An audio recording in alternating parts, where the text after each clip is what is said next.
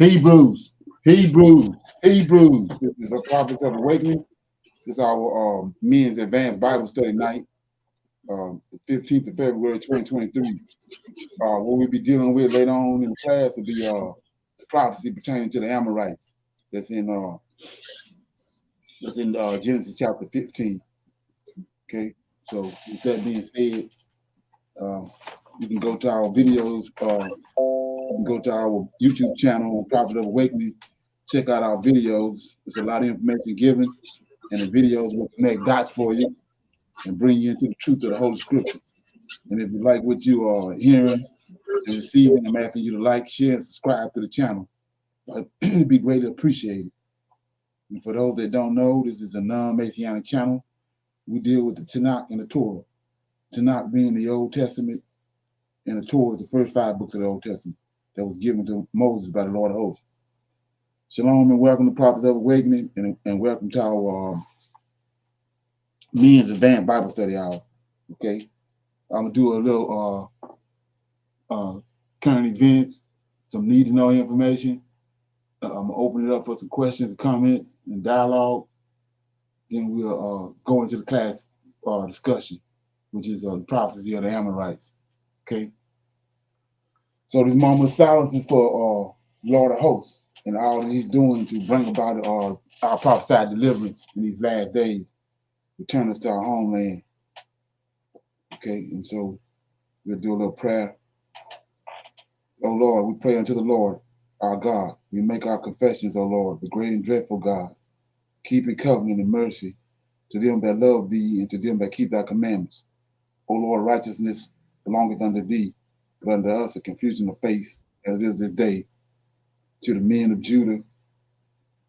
Okay, confusing face to the men of Judah, to the inhabitants of Jerusalem, and unto all Israel that is far and near.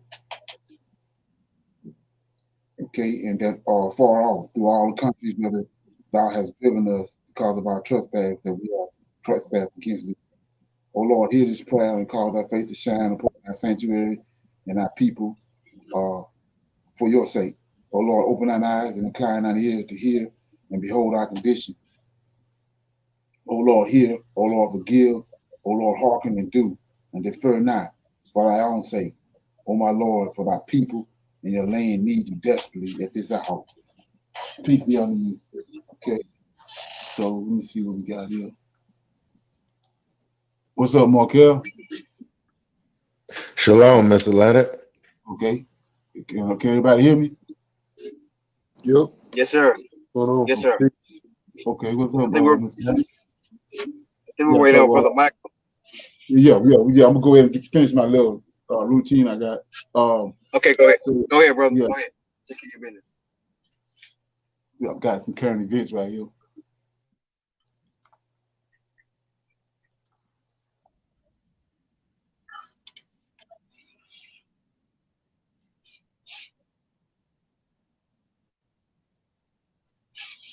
You hear that?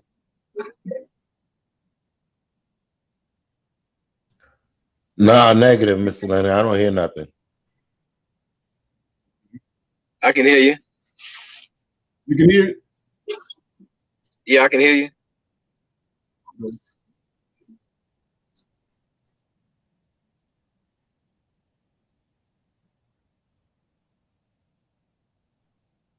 Okay, I'm gonna go to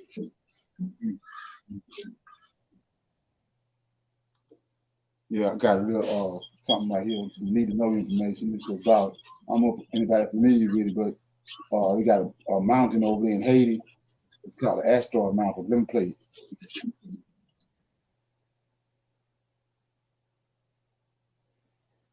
It's tied to all the drama that's been going on with Haiti. So Haiti, a lot has been going on with Haiti right now, and a lot of people or the media ain't talking about it.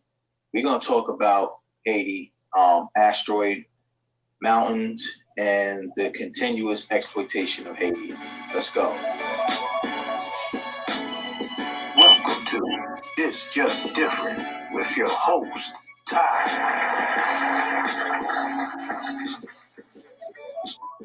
So, you don't know, Haiti has been exploited by the Western world for over 100 years, and more things is coming out about this, and you're going to know the reason why this is going on. So we're going to talk about this, and there's an article that I'm going to read real quick. So I'm going to post that up for you guys. It's written by TFI Global. This was back in last year sometime. And it was about Haiti. And it said, Haiti has trillions of dollars worth of natural gas, but the West doesn't allow it to prosper. They talk about United States of America, right? United States of America is also in, cahoots with Europe, all right? It said Haiti holds immense wealth, including gold, copper, gas, and mineral deposits. Large deposits of glittering white calcium carbonate are also present. Overall, Haiti sits on a pool of wealth, yet the country is among the world's poorest nations. Why? Now, if you know anything about Haiti, right, we can talk about a little bit about the slave rebellion in Haiti when the French was there, and my Haitian brothers and sisters, they fought back. They fought back against enslavement, rightfully so. And during this process of fighting back to be liberated, they actually freed themselves, but not without a catch, so to speak. After the Haitians liberated themselves, France sent a warning to Haiti and basically said, how dare you have the nerve to want to free yourself from oppression? So what they did was they said, you have like one or two options or really no options. You guys could pay a fine for killing the slave masters. You have to pay some type of reparations, and to make right, and all these other different things that they had, or else they was going to send everyone and the grenades in or whatever have you, and try to just erase all of the people in Haiti. So Haiti basically agreed to this reparation package, which is to just think, you want to be free. You do not want to be a slave. You fight for your freedom. It's right. And in the process of winning and liberating yourself, you are then forced to have to pay the people for enslaving you. But here we are, 2023. Black people are trying to get reparations, and they're telling us, no, that happened so long ago, but that's a whole other topic. But in this reparation package, it ended up totaling to probably anywhere from $15 to $25 billion, which basically put Haiti in a state of, being poor, which Haiti still is now. And being that Haiti didn't have the money, they had to borrow from France, the banks, to pay back this reparation package at high interest rates, astronomical interest rates to the people and everything. It was just nonsense. It was just nonsense. So from that standpoint, from there, Haiti was being exploited. not only just from paying back, but just being enslaved, working for, going through the atrocities and everything else. So now when you fast forward and we talk about the wealth, as I just read, back in 2010, right? Another article, I think it was NBC, post that. And back in 2010, there was a big discovery of Haiti in the mountains, $20 billion worth. And there's, in this article, there is a short little paragraph that I want to read out that you guys can see that is also important. It says, a flurry of exploratory drilling in the past year has found precious metals worth potentially $20 billion deep below the tropical ridges in the country's northeastern mountains. Now, a mining company is drilling around the clock to determine to get these metals out. So these mining companies are not more than likely, but are from different countries. They're coming in, taking the natural resources from Haiti, right? This is what's going on here. Depriving the people to ever try to free or liberate themselves. So I asked the question, or I read the question, why is the country among the poorest? Now, propaganda will have you believe that it's just corruption, right? The politicians are just corruption. They don't care. It's, a lot of savage politicians. The people are savage, yada, yada, yada, yada, yada. They put out all these false negative stereotypes to make you believe, some of you believe, that it's not Haiti that want to do. It's not the fact that that basically that the Haitian people, they just don't want to do better, and that is just so far from the truth. They don't have the military advancement to be able to fight the Western world from stopping them to come into their home and taking their natural resources. And that's what's going on. So Haiti may never get out that hole of trying to liberate themselves, as long as you have America right on their back, right on their neck, drilling, doing other different things. You have in Europe, all this stuff is going on. And when they take in all these natural resources, they're giving none back to the people, to the natives in the land. Something else came out that was not talked about as much that I want to highlight. And basically it was an asteroid. Well, Haiti is known as a asteroid mountain, basically. Now, why would you say that? Well, during the 1990s, right, geologist,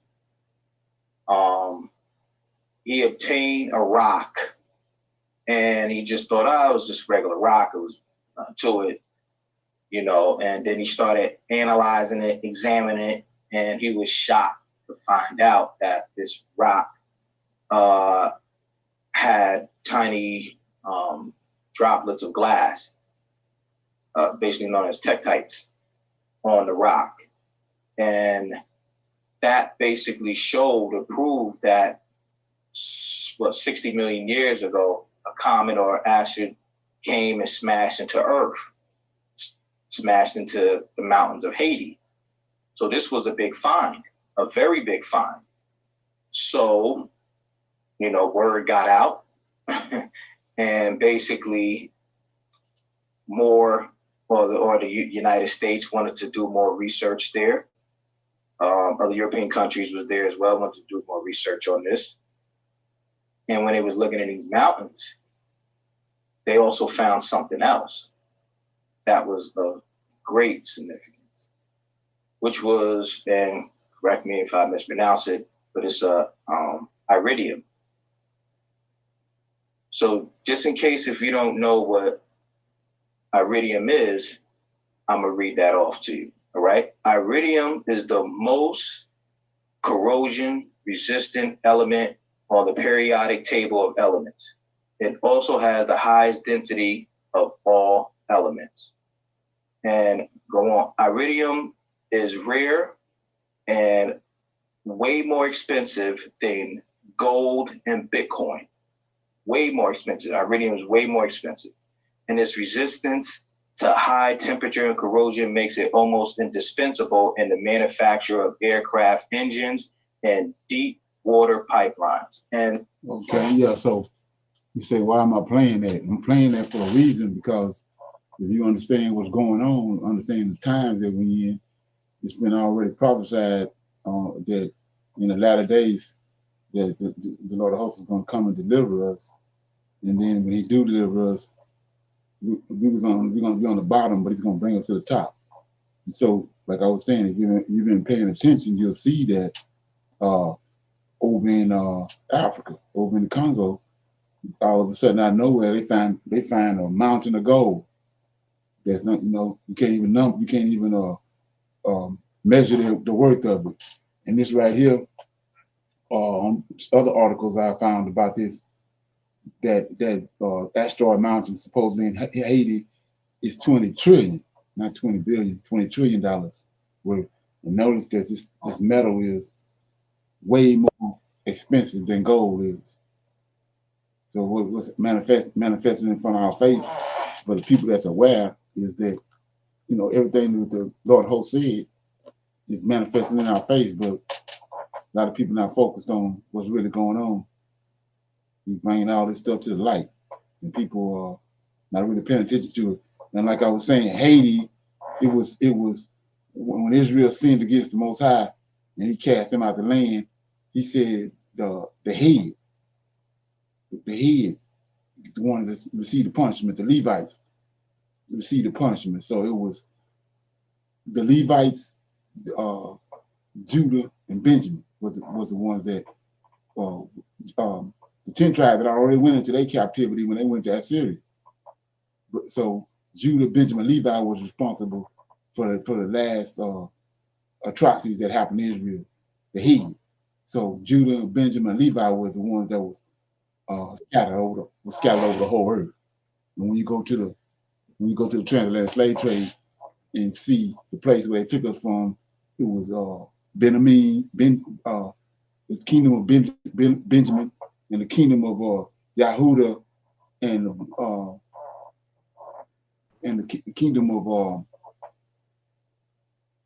the Levites, which is what Haiti. Most of them was taken to the Caribbean and in that region of Haiti.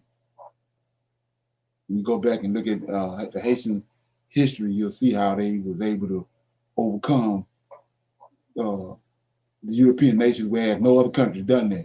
And the way they did it was voodoo, so-called voodoo, which is a twisted version of the abilities that the Levites had before they was kicked out of the land. Most I put a perverse spirit on.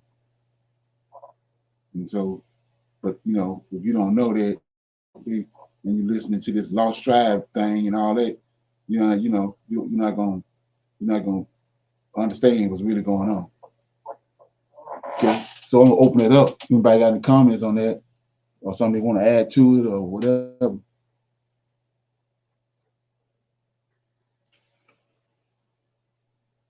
That sounds like great substance to me. Yeah, exactly. That's what it is. He's bringing it about over and over again. I mean, it's happening right in front of our face, but we're not. Most people not paying attention to it. Okay. Yeah. So, nobody have no questions. I want to open it up for our Q&A, for our comments and dialogue. If anybody got anything that they wanted to bring out, we can talk about for a few minutes before we go into the to our discussion. There you go. What's up, brother Ron? I don't know what's going on. You in and out.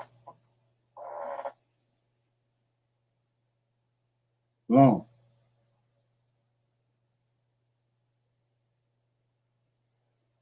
Okay.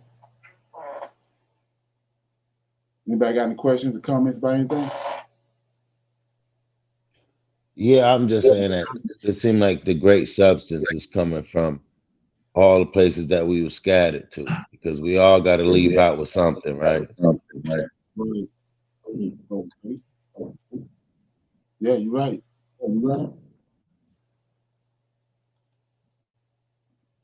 Okay. Yeah. So, yeah. When you look at that, like I was saying before, they had all this. Well, you can see all the wealth that's being accumulated in over in Ghana, Nigeria, all those different places all over. All this stuff ain't just happening on coincidence. It's out of the blue. It's been prophesied.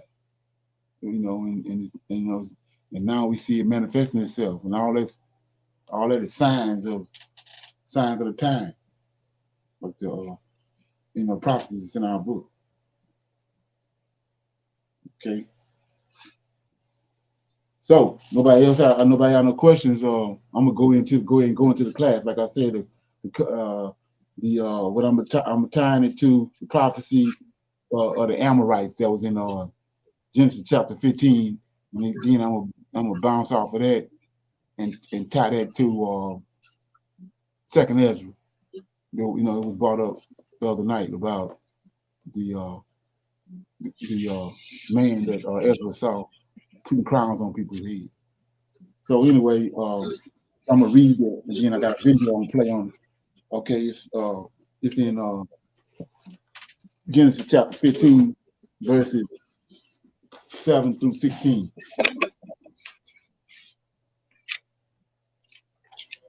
Can y'all hear me? Yes, we can hear you. Okay, I'm in Genesis chapter 15. This is so-called 400-year prophecy. Yeah, they're saying they started in 1619, 2019. Okay, so it says Genesis chapter 15, verse 7. And he said unto him, it's the Lord talking to Abraham, I am the Lord that brought thee up out of Ur of the Chaldeans to give thee this land to inherit it. And he said, Lord God, whereby should I know that I should inherit it? And he said unto him, take me a heifer of 3 years old, and a sheep-goat of 3 years old, and a ram of 3 years old, turtle dove, and a young pigeon. And they took unto him all these, divided them in the midst, and laid each piece one against another, but the birds divided them he not. And when the fowls came down upon the carcasses, Abraham drove them away. And when his sun was going down, a deep sleep fell upon Abraham, and lo, a horror of great darkness fell upon him. And he said unto Abraham, know for surety that thy seed shall be a stranger in a land that is not theirs, and shall serve them, and they shall afflict them 400 years. And also that nation whom they shall serve will I judge, and afterwards shall they come out with great substance. And thou shalt go to thy fathers in peace, and thou shalt be buried in a good old age. In 16, but in the fourth generation, they shall come hither again, for the iniquity of the Amorites is not yet full. So what we're looking at when this prophecy is being when the prophecy was being prophesied, notice in verse 7 it says, he said unto him, the Lord said unto Abraham, I am the Lord that brought thee out of Ur of the Chaldeans. So he took him from Ur of the Chaldeans to the land of Canaan. So 16, verse 16 says, but in the fourth generation, they shall come hither again, for the iniquity of the Amorites is not yet full. So he in the land of he in Canaan. And he telling them, you're gonna go to a place and the people gonna oppress you and keep you there for 400 years. Then you're gonna come back to the land of Canaan. Okay, so the land of Canaan is where they at. The land of Canaan is where they're gonna return.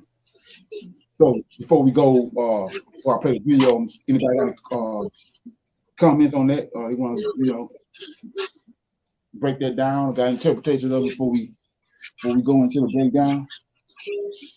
Any comments? What you heard?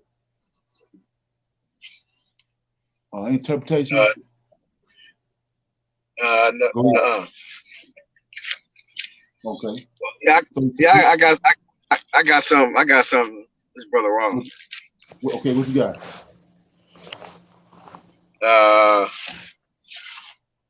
I got Deuteronomy chapter 28, 29. It's that one verse. Okay, go ahead. It says, "And thou shalt grope at the noonday." So we ought to know that the curse fell on Israel, right? We fell Right, up under the curse. right, And thou shalt grope at the noonday, and the blind grope in darkness, and right, thou shalt not prosper in thy ways, and thou shalt be oppressed.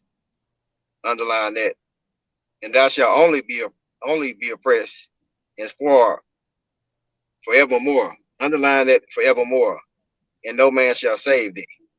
right. So our captivity, it does have an end, but Right. it's up to the Most High when he go act, you know, Exactly. because Right. it says we shall be suppressed and spoiled forevermore, you know. So it's no time, it's no time limit on it, you know. But I'm saying, because I'm gonna say it like this: the Bible says that God is not bound by time, but we are. You know what I'm saying? Right. Right. Okay. It's not His time. You know, I put it like that.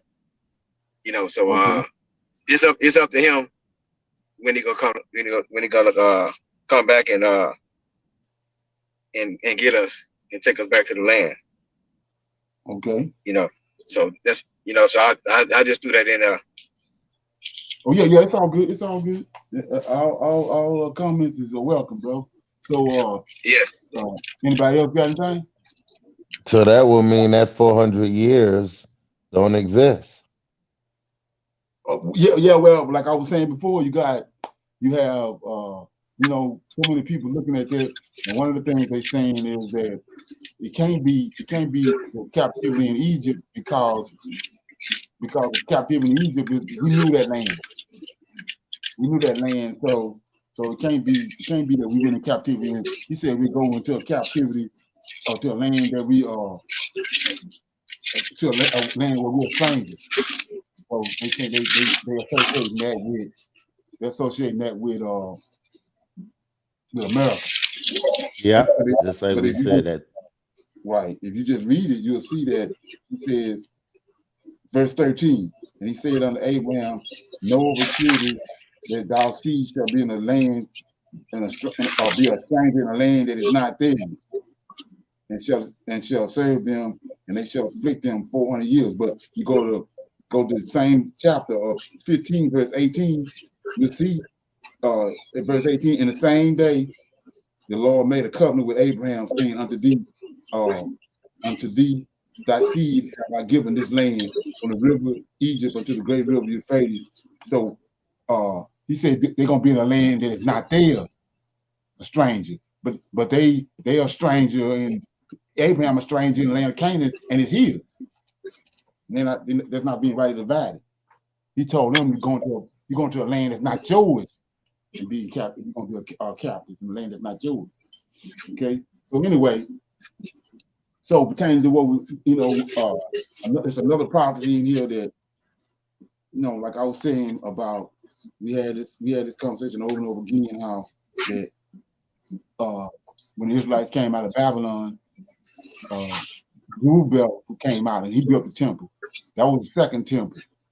And everybody's saying they're waiting on the third temple, but Herod built the temple after Rubel built the temple. Herod built one, and that temple that the Edomites built wasn't authorized by the Most High. That was Rome. The Greeks and all of them built that temple. It wasn't Most High had nothing to do with that, because the Edomites came and tried to assist the Israelites when they came out of Babylon, and they told them nobody can help us in building the temple. It's a responsibility of ours and ours alone. Anybody else help us? So anyway, when they came out of Babylon, in Ezra, in the apocryphal books, in First Ezra, we see that all these minor prophets right here, they call it minor prophets, they came back with Zerubbabel. So all these minor prophets is prophesying to us, right? So let's look at prophecy about our captivity here in America. So he says in Hosea chapter Hosea chapter 6. Says, Hosea chapter 6 starting at verse, Hosea chapter 6 starting at verse 1. He says, come, let us return unto the Lord, for he hath torn, he will heal us, he hath smitten, he will bind us up after 2 days. How long was the day with the Lord? 1,000 years for one day with the Lord. So here goes right here. After 2 days, after 2,000 years, after 2 days will he revive us. In the 3rd day, he will raise us up, and we will live in his sight. So we see right here, it's 2,000 years. So you say, what are you talking about? Nobody deal with they talk about the transatlantic slave trade, but they don't talk about the Arab slave trade. Is the Arab slave trade included in the scripture, in prophecy? So the Arab slave trade was right at 1,500 years. You add both of them together, that'll be 2,000 years right there. And then he says, in the 3rd day, he's gonna raise us up. This is where we at. We in the 3rd day right now, and look at everything that's going on. Okay, so that's just something to consider for people that never heard it. Okay, yeah, that's why I was saying the 400 years. He said there was no time limit on it, and it is a time limit on it. That's why I said so. The 400 years don't exist neither. Right. It's a Moab. So if it's a Moab, it's a time frame on it. So yeah. Anyway, so hey, where we just reading, brother? I was in Hosea chapter 6, verses 1, 2, and 3. Hosea. All right. And Hosea, like I was saying, let me read that right quick. I don't like to talk about something. Don't go deal to. I'm in the apocryphal books, and it says, let me look at it. I should be able to go right to it. I'm getting jammed up.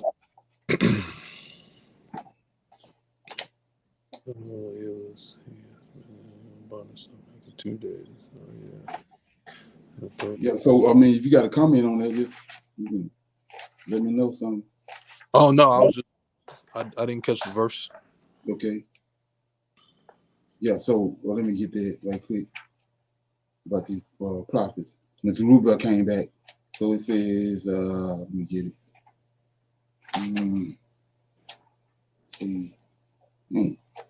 Crazy.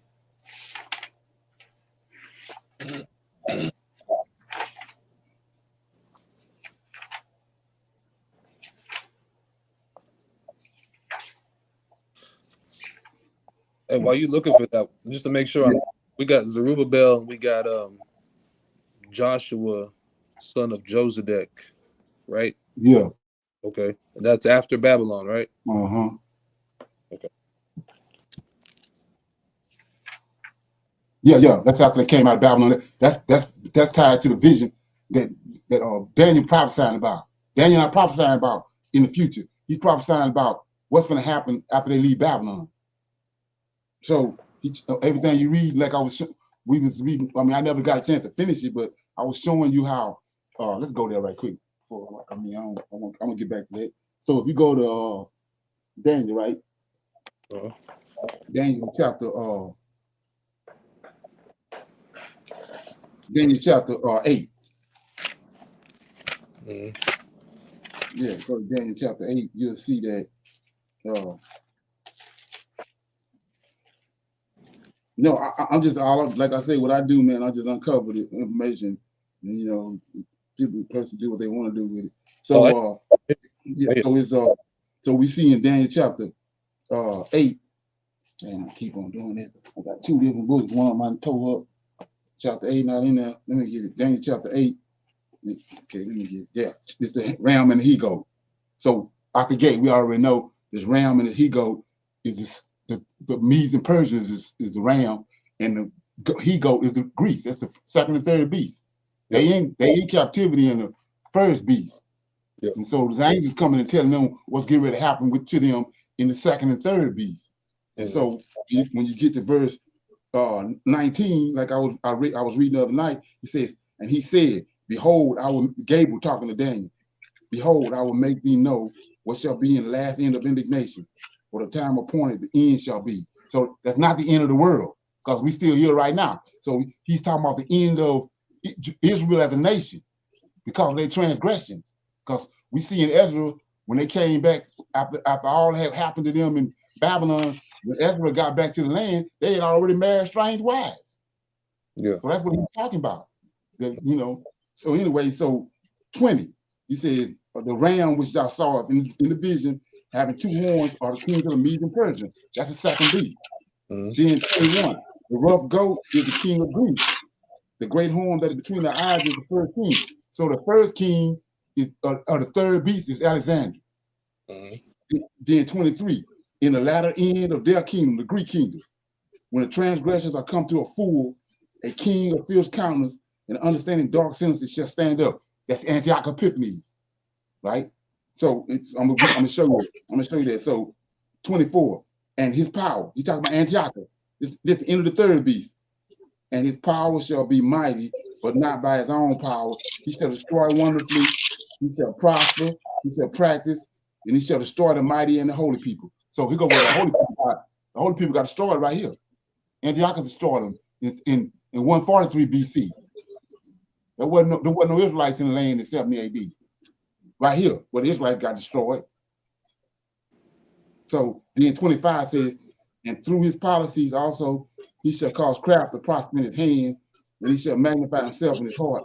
And by peace, he shall destroy men, and he shall stand up against the prince of princes, and he shall be broken without hands. And so, like I said, people would not understand, not really focusing on what's being said and what's being read. Yahweh is not a prince, but everybody assumed this person right here that destroyed the Antiochus Epiphanes is the Yahweh, but he said a prince, the prince of princes. Yahweh ain't no prince, so he can't be no prince of princes. So this ain't Yahweh. And so, like I said, when you go to Daniel chapter 12, you see who it is. Daniel chapter 12, verse 1. And Daniel 12 and 1. And at that time shall Michael El stand up, the great prince, which shall stand for the children of our people, and there shall be a time of trouble such as never was since there was a nation, even at that same time. And at that time, thy people, and when Michael stand up, at that time shall our people be delivered. Everyone that should be found written in the book. And we talking about the book of remembrance. Ain't no New Testament right here. So he says, everyone that's be written in the book. So we see right here, it wasn't no Israelites in the land in 70 AD. And the Israelites ran out in 143 BC. And so, I know I'm digressing, but I mean, some people here ain't never heard of it. So, when you go to First Maccabees, it's right here. This is why it was taken out. So you won't get this understanding.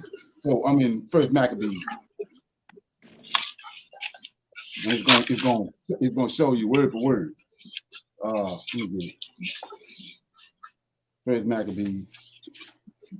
Y'all have more First Maccabees, or you got a apocryphal book? Yeah, I got it. Okay, yeah. So here we go. We're gonna tell you word for word. The week of years that we found, a week of years is 6 years you till the ground, and 1 year you let the ground rest. That's what a Shabbat. That's what a week of years is. 7 years, week of years. So it says in First Maccabees, verse 1, it came to pass after Alexander of Macedon, son of Philip, who had came from the land of Turkey, had utterly defeated Darius, the king of the Medes and Persians, that's the second beast, that he reigned in his stead, and he had he had before reigned over Greece, and he waged many wars, captured fortresses, slaughtered the kings of the earth, and he made his way to the ends of the earth, and he despoiled a multitude of nations, and the whole earth was silent before him, and he became exalted, and his heart was lifted up, and he mustered a very mighty army and ruled over lands and ruled over heathens, and they paid him tribute. Afterwards, he fell sick and knew that he was going to die, so he called in his distinguished servants who had been brought up with him, divided his kingdom among them when he was still alive, and Alexander reigned 12 years. All this is being fulfilled by Daniel chapter 8. This is the fulfillment of it. His servants succeeded him, each in his own dominion, and after his death, they all put on crowns, as did their sons after them. for many years, and they did much evil on the earth. And then here we go. This is the king of fierce countenance that already came. He ain't coming, he already came. It says, there sprung from them a sinful shoot named Antiochus Epiphanes, the son of King Antiochus. That's the prince. Daniel 9:26. The son, he's a prince of King Antiochus, and he became he had been a hostage in Rome, and he became king. Just the king. In Daniel 9:25. Chapter 8 of Daniel. It says, Mr. Leonard, can I touch down something real quick? No disrespect. Hey, Mr. Ronald Lewis, can you turn your mic on? Because we're having feedback. Yeah. Can you hear me? Can you hear me? Yes, turn your mic off, please, sir. Turn it up or down? Off. Put it on mute. Mute. Put it on. Put it on mute. Okay, hold on. You got to mute. Yeah, there it is. Okay, so it says, in those days there arose out of Israel. I'll go back up. It says, servants succeeded him, each in his own dominion. And after his death, they all put on crowns, as did their sons after them for many years, and they did much evil on the earth. And there sprang from them a sinful shoot named Antiochus Epiphanes, this Antichrist, son of King Antiochus. And he had been a hostage in Rome, and he became king in the 137th year. So he became king 137. This when the Israelites was so remember the week of years, right? So this 137th year of the Greek kingdom, right? See, this Antichrist came, not in the fourth beast. In those days, there arose out of Israel lawless men who persuaded many. Now here they go. You go to the 7 years, 3.5 years, and all this stuff. Let us go and make a treaty. Here go the treaty, 7-year treaty right here. Week of years. Let us make a treaty with the heathen round about us. Forever since the time that we became separated from them, many misfortunes have overtaken us. The plan, the treaty, seemed good in their eyes, and some of the people went eagerly to the king, and he authorized them to introduce practices of the heathen, and they built a gymnasium. See, they don't tell you that. There's a gymnasium in Jerusalem. See that? So they built a gymnasium in Jerusalem, and the heathen fashion, and submitted to uncircumcision, disowned the holy agreement, and they allied themselves with the heathen and became slaves to the wrongdoing. So let's look at that in the King James, verse 24 and 25 of chapter 8. I keep picking up the wrong Bible, man. Okay, Daniel chapter 8. Let me get it.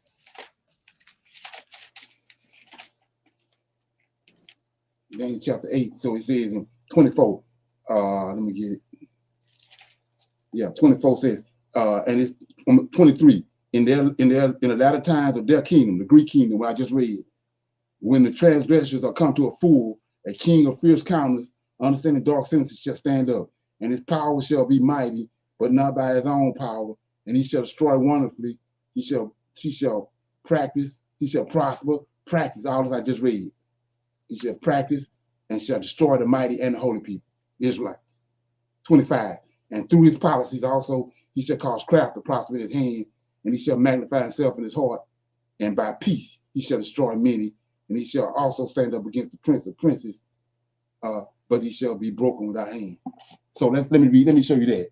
So I'm still in First Maccabees. This is when Michael, we're gonna go ahead and call it for what it is, when he destroyed Antiochus.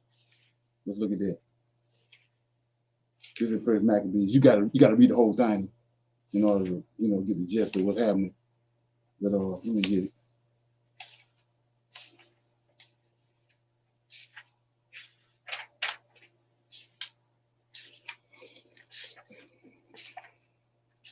Yeah, you gotta excuse me, man. It's been a minute since I've been dealing with it. Okay.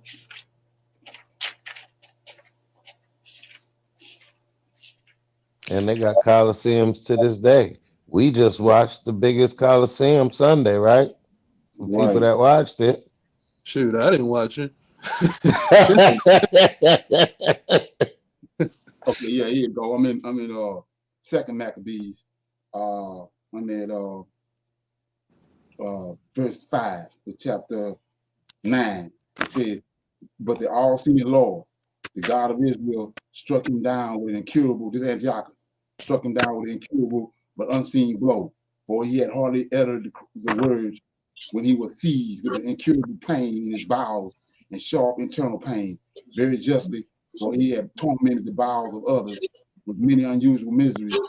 He did not desist at all from his insolence, but was more and more filled with arrogance, breathing fire in his fury against the Israelites and giving orders to hasten. Somebody got to say Mike. Yeah. So say unusual miseries, and he did not desist from all his insolence, but was more and more filled with arrogance, breathing fire in his fury against the Israelites and giving orders to hasten the journey.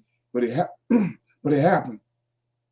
He fell out of his chariot as he was rushing along and was racked in every part of his body from the fall. And the man who just was presumed to command the waves of the sea in his superhuman boastfulness, and though he could weigh the mountains and the heights of his scales, was flat on the ground and had to be carried in a litter, making the power of God, making the power of the Lord of Israel manifest in all men, so that worms swarmed from this creature's body. And while he was still alive, in anguish and pain, his flesh fell off. And because of the stench, the whole army turned from his corruption in disgust. The man who shortly before thought he could touch the stars of heaven, no one could now bear to carry because of his incurable, his intolerable stench. So it was then that, broken in spirit, that's Daniel 8:25, broken in spirit, he began for the most part to give up his arrogance and under the scourge of God to obtain some knowledge. And he was tortured with pains on every instance. And when he could not even endure his own stench, he said this: it is right to submit to God. And since man is mortal, not to think he is God equal. And the vile fellow made a vow to the Lord, who would no longer have mercy on him, stating that he declared the holy city, which he was hastened to level to the ground and to make a common graveyard free.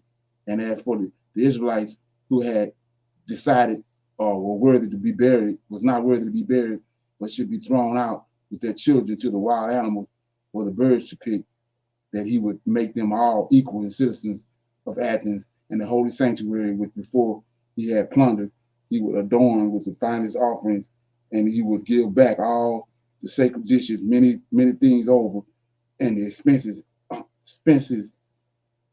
incidents to the sacrifices he would supply for his own revenue.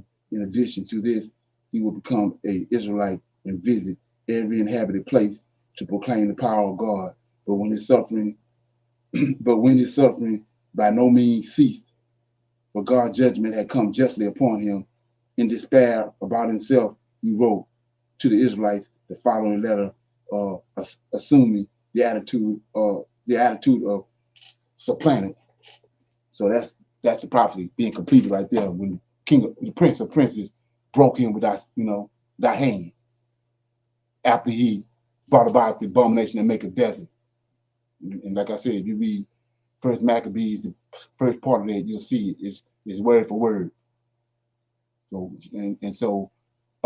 it just to line it up, you go back to Obadiah, and you'll see who it was in the land in 70 AD. It wasn't Israel. Israel left in 143 BC. So let's look at it. That kind of sounds like a little bit like Paul. Oh yeah. Writing all them letters to them churches. Like, yeah, I mean, once you find out what really happened, you see that. But let me look at it, man. Like I said, all these minor prophets came out of Jerusalem, came out of Babylon with Zerubbabel and Josiah. So you go to Obadiah. Okay, you get it. Obadiah give you the gist of what happened. Okay. Yeah, you get Obadiah, man. Crazy. Okay. Read Obadiah. I'm in chapter, starting at verse. So it's ain't but one chapter in the book of Obadiah. So, and like I said, that don't even make sense. But they got one chapter in here. But so I'm in verse 10. And he tell you what happened. It says, for the violence against thy brother, right? Well, I start at verse 8, verse 5. If thieves came to thee, right? He telling you this. What happened? Wait, let me get this brother in here if I can. Yeah, so he says, verse 5, if thieves came to thee, if robbers by night, how art thou cut off? Would they not have stolen till they had enough? If grape gatherers came to thee, would they not leave some grapes? These grapes is the men of Israel. Israel is a vineyard. So these grapes is the men of Israel. So he's saying, if they came, grape gatherers came, wouldn't they leave some men here? Right? So 6, how are the things of Esau? This is the carpet. How are the things of Esau sought out? How are his hidden things sought out? All the men of that confederation have brought thee even to the borders. The men that were at peace with thee have deceived thee and prevailed against thee. They that eat thy bread have laid a womb under thee. There is none understanding in him. Shall I not in that day, says the Lord, even destroy the wise men out of Edom and the understanding out of the mount of Esau? So, and thy mighty men, O Teman, Teman is the capital city of Israel, of Esau, shall be dismayed to the end, that every one of the mount of Esau may be cut off by slaughter. Then here we go. This is what he done. The reason why he's going to get cut off. For thy violence against thy brother, shame shall cover thee, Jacob his brother, Israel, and thou shalt be cut off forever. In the day, that's what I'm reading right here, Antiochus, when Antiochus came, the Greeks came. In the day that thou stoodest on the other side, in the day that strangers carried away captive his forces, foreigners entered into the gate, cast lots upon Jerusalem, even thou was one of them. What lots? The 12 lots that Joshua, when they came to the land, divided the land up by lots. So when these Greeks came, Antiochus and them came, ran them out, Esau stole the land and named himself by the same names, same 12 names, right? So 12. But thou should not have looked on the day of thy brother in the day that they became a stranger, neither should thou have rejoiced over the children of Judah in the day of their destruction, neither should thou have spoken proudly in the day of their distress. Thou should not have entered into the gates of my people in the day of their calamity. Yea, thou should not have looked on their affliction in the day of their calamity, nor have laid hands on their substance in the day of their calamity. Neither should thou have stood in the crosshairs to cut off those that did escape. Neither should thou have delivered them up, those up that did remain in the day of their distress. So what is verse 14 talking about? The Most High always leave a remnant for the Israelites, for the ones that in captivity. They can look back. If they look back to Jerusalem and they see and they know it's a remnant there, they know the Most High gonna bring them back. But if they look back there and there ain't no remnant, they know they through. So Esau, he used Esau to kill the remnant. Let's read it again. 14. Elwadiah, 14. Neither should thou, this Esau, neither should thou have stood in the crosshairs to cut off those that did escape. That's a Hebrew idiom. Those that did escape means he left a remnant there, being a righteous God. So he says, those that did escape, neither should thou have delivered up those that did remain in the day of the distress. So let me show you the understanding behind it. So we are Nehemiah. Nehemiah doing just what I just said. Let's look at it right quick. Nehemiah chapter 1, chapter 2. Let me see. No, chapter 1, verse 1 of Nehemiah. He's doing the same thing. He said, the words of Nehemiah, the son of Hilkiah, and it came to pass in the month of Chesan, in the 20th year, as I was in Shushan, so he in captivity, Shushan in the palace, he in Babylon, that Hanai, one of my brethren, came from Jerusalem, right? Had a certain man of Judah, and I asked him concerning the Jews that did escape. They go to Hebrew idiom right there. He concerning the ones that had escaped. He want to know is a remnant still there in Jerusalem? So he says, the Hanai, one of my brethren, came and he and certain men of Judah, and they asked them concerning the Jews that did escape, which were left. See that? Which was left of the captivity concerning Jerusalem. So that's what Esau did. Esau was raised by Abraham, so he understood that. So he killed the remnant. He killed the ones the Most High left when Antiochus was there. And the reason he did, to steal the land. And then now he got a whole ton of records. He writing in there that we there in 70 AD. That's him there. He got kicked out in 70 AD, and he got sent to Spain and into Europe. That's where Paul went. The Israelites in Africa. Paul went up. When you look at the 7 churches, Paul went up into Europe. That's what the Edomites said. So there it is right there. But so let's look at what he do. In verse 17 of Obadiah, he says, this is why he's doing this in 17 through 21. But upon Mount Zion shall be deliverance, and there shall be a holiness, and the house of Jacob shall possess their possessions, and the house of Jacob shall be a flame. The house of Jacob shall be a flame. The house of Joseph a flame, and the house of Esau stubble. See that? This is the reason why they stubble. And they shall kindle in them and devour them, and there shall not be any remaining of the house of Esau, for the Lord hath spoken it. And the reason he's saying that is what I just showed that they done.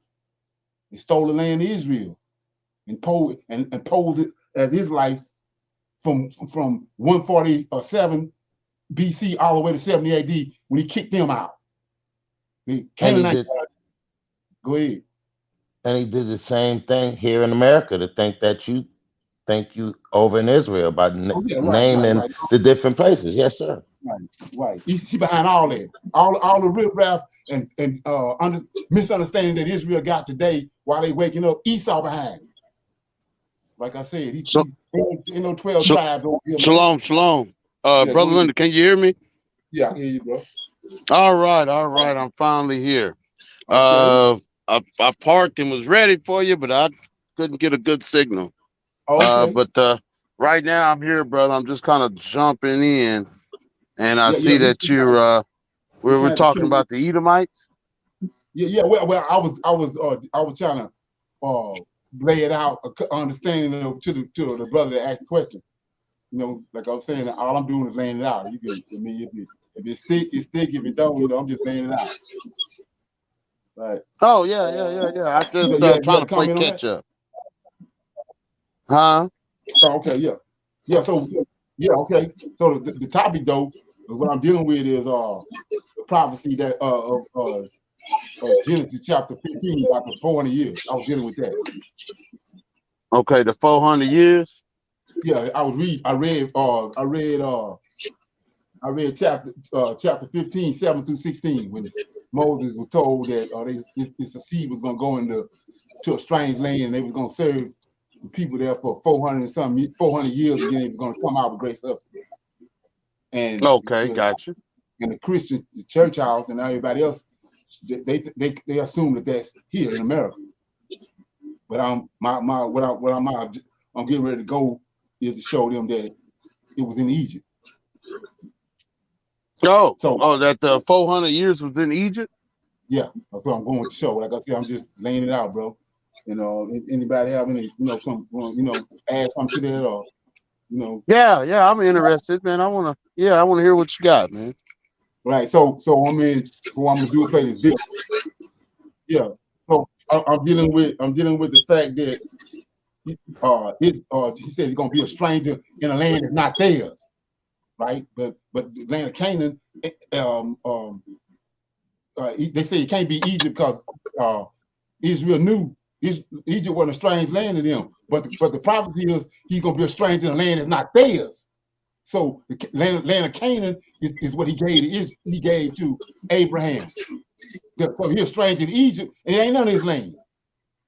So that fits part of it right there. But anyway, then he says that the doozy is that you can't refute is that the time he said you're gonna come back to the land of Canaan because the time of the Amorites is not yet filled.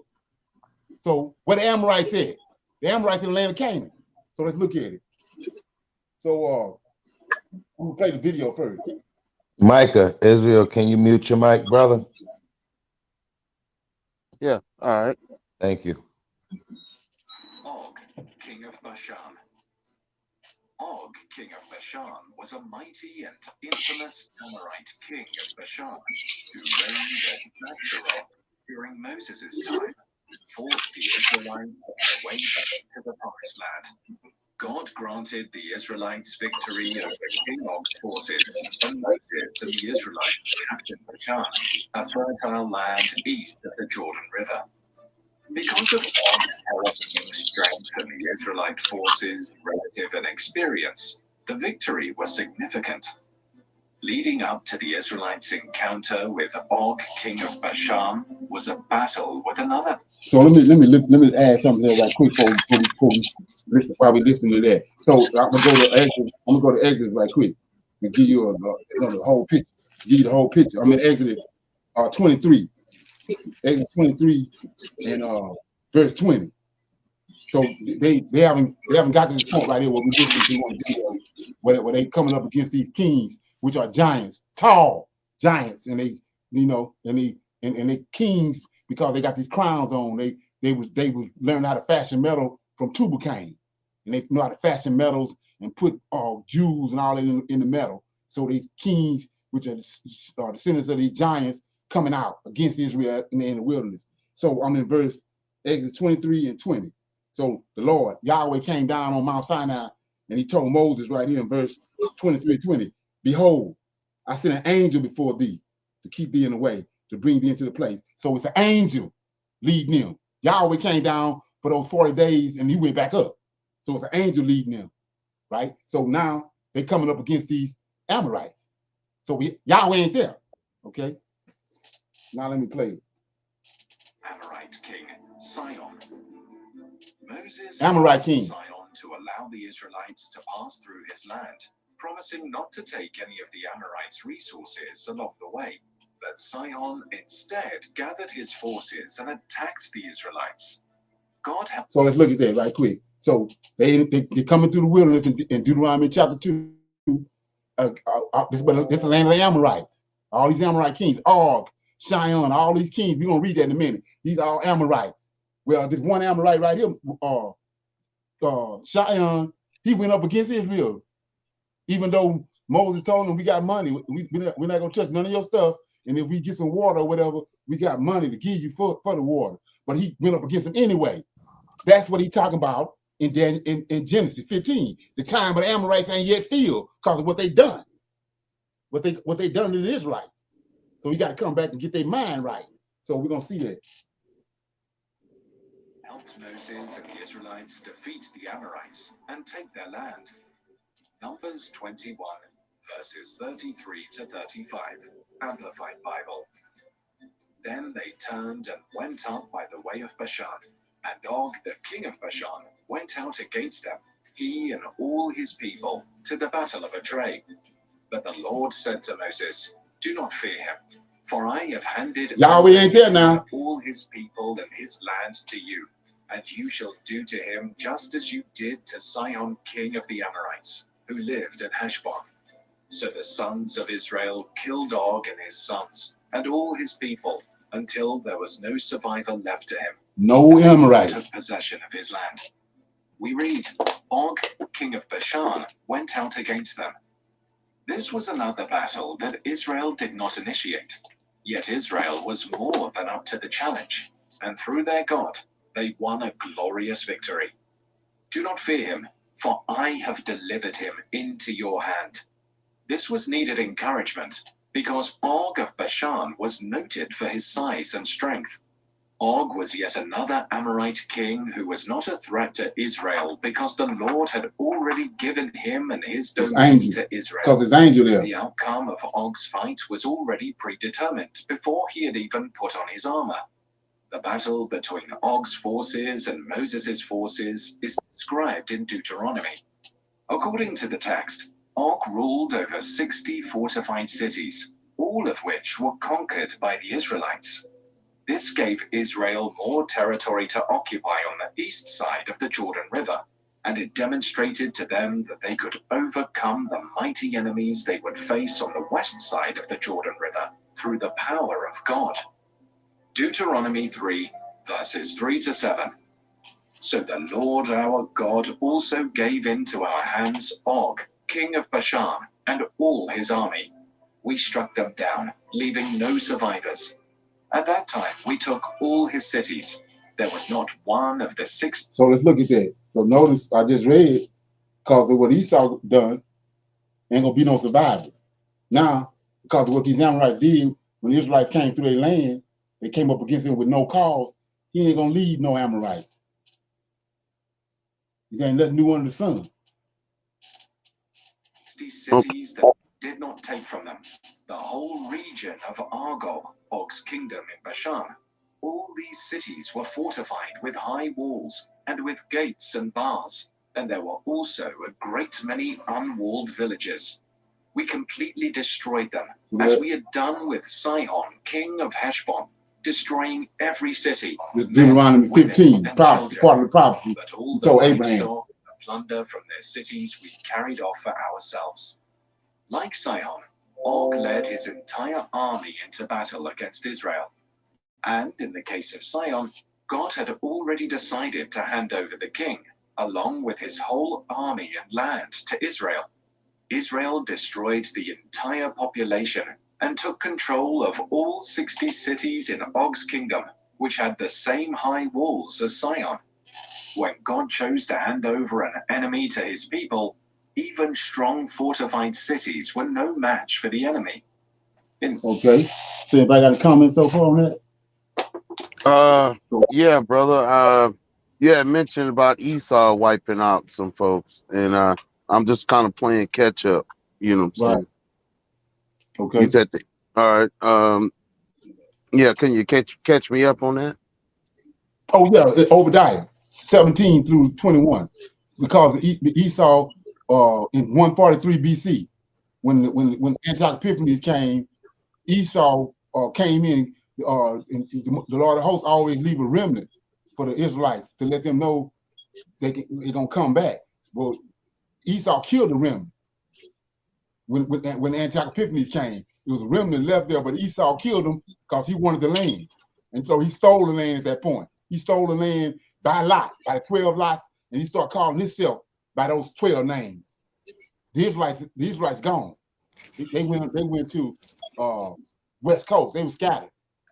And then we come in the picture when the transatlantic slave trade, they come and get them on the ship from where they had left Israel and went into Africa. They wasn't there. They wasn't there in 70 AD. No, that was Esau. He had stolen land by lot and was living there. That's the reason why there was so much chaos there in the land, because they had a perverted zeal. They were trying to act like they were trying to perpetrate the fraud like Israelites. But it was a perverted zeal, and they kept giving Rome problem after problem because they was posing as somebody they was not. And like I was saying before, we see right here, just off of verse 17, I think it is, in Genesis 15, that the time of the Amorites had not yet fulfilled. We see Moses and Joshua, the one fulfilling Abraham prophecy in Genesis 15. He dealing with the Amorites. Okay. Let me kind of make sure I understand what you're laying down, brother. You're saying basically that during the Greek period, we was annihilated and ran off from Israel at that time. Right. Right. And they was acting like us in the land. Yeah, they stole the land. They stole the land by lot. That's in Obadiah. I hear you. And you saying that they was acting like us in Israel. They stole the land by the lot. They call themselves by each one of the names of the 12 tribes. So that's us. Right. So from that point on, it's two Israels, just like it is today. It's two Israels. From that point on, you got the ones that lost their identity and they've been scattered, and then you got the ones posing as the Israelites, the synagogue of Satan. Okay, listen to me, brother. Now, it was the Greeks that did it to us, right? No. It was the Greeks. It was the Greeks that came in and plundered the land. But Esau came in with them. And Esau, being that he was raised by Abraham, he knew what to do because he wanted the land. He could not leave no Israelites there. So he killed the remnant. He destroyed the remnant. Okay, gotcha. I got that part. I'm trying to. All right, so he's acting like us, Esau, right? To this day. All right. Now, my question is, who all know that they're imposters at this time? Oh, that's one of the biggest tricks that happened so far. Okay. Did Rome know that they wasn't the real Jews? Say it again. Did Rome know that Yeah, those wasn't the real Jews? Oh yeah, everybody Rome knows. is in. Everybody Rome knows is it in. was. You said Rome is in on it? No, Yeah. Rome is Edom. Edom from that at that point, the Edomites and the Romans are mixed. Rome is Edom. They all one. And then you got to understand that Rome, I mean, Esau got 12 sons, just like Jacob. So when Herod, which is an Edomite, when he went to Rome and laid on and prostrated in front of Herod, prostrated in front of the Roman emperor, they cousins. And so he gave him 2 legions. He gave him 2 legions to go back. He sought to solidify his reign in Jerusalem. They all kinfolk. Just like Israel got 12. Just like Israel got 12 tribes, Esau got 12 tribes. Yeah, that's why you see Idumea disappear off the map at one point. Right, exactly, right. Because they got onto the book and they hooked with the book. That's what Isaiah, that's what Psalms 83 telling you. They got hold to our book and wrote us out the scriptures and hoodwinked us. And even gave us a whole nother God. But that's Right. for the, you know what I'm saying? Okay. All right. I'm looking at the picture you're painting, brother. Right, Okay. yeah. So basically it'll be like a civil war then. You know, like the northern and the south in America, how they had a civil war. How you saying how the Greek Empire and how the Rome Empire took them over, even though they're posing like us and things like that. And everybody know they ain't the real Jews. Right. You said, but they still killed each other. I mean, they was probably just over territory and power. They just fighting amongst themselves. Right, exactly. But you have to understand that Jew ain't no Israelite. So they already know. That's what we don't. Most people don't know. A Jew ain't no Israelite. A Jew, that's a Jew. Is just what it is. It's just a convert, a Edomite. Like I was saying, Josephus, nine out of every 10 Israelites that's studying the Bible now, they think Josephus is Israelite. Josephus is an Edomite. He's the one. Josephus is the one that helped them do what they did to the New Testament. Okay. And then you got Sir Francis Bacon.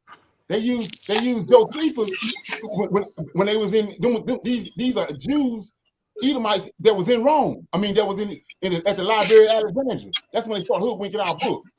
And then from there, when King James came on the scene, these are all Edomites. He used Sir Francis Bacon. So who is Sir Francis Bacon? Shakespeare. He's a literary genius. He can trick words off. Josephus was the same thing. They're the ones behind the New Testament.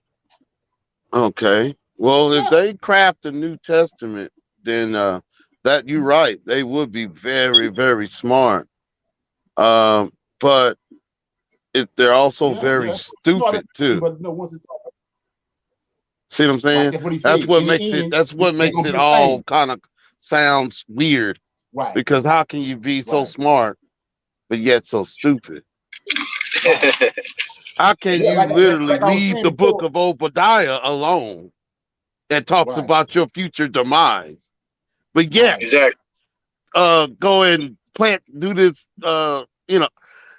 It's so smart, but it's stupid. Okay, well, let's look at this. Let's look at this right here. I mean, you got to get a gist of what happened to us. So Yeah, but still got some more about. Okay, so basically, what you're saying is that so we was in Africa.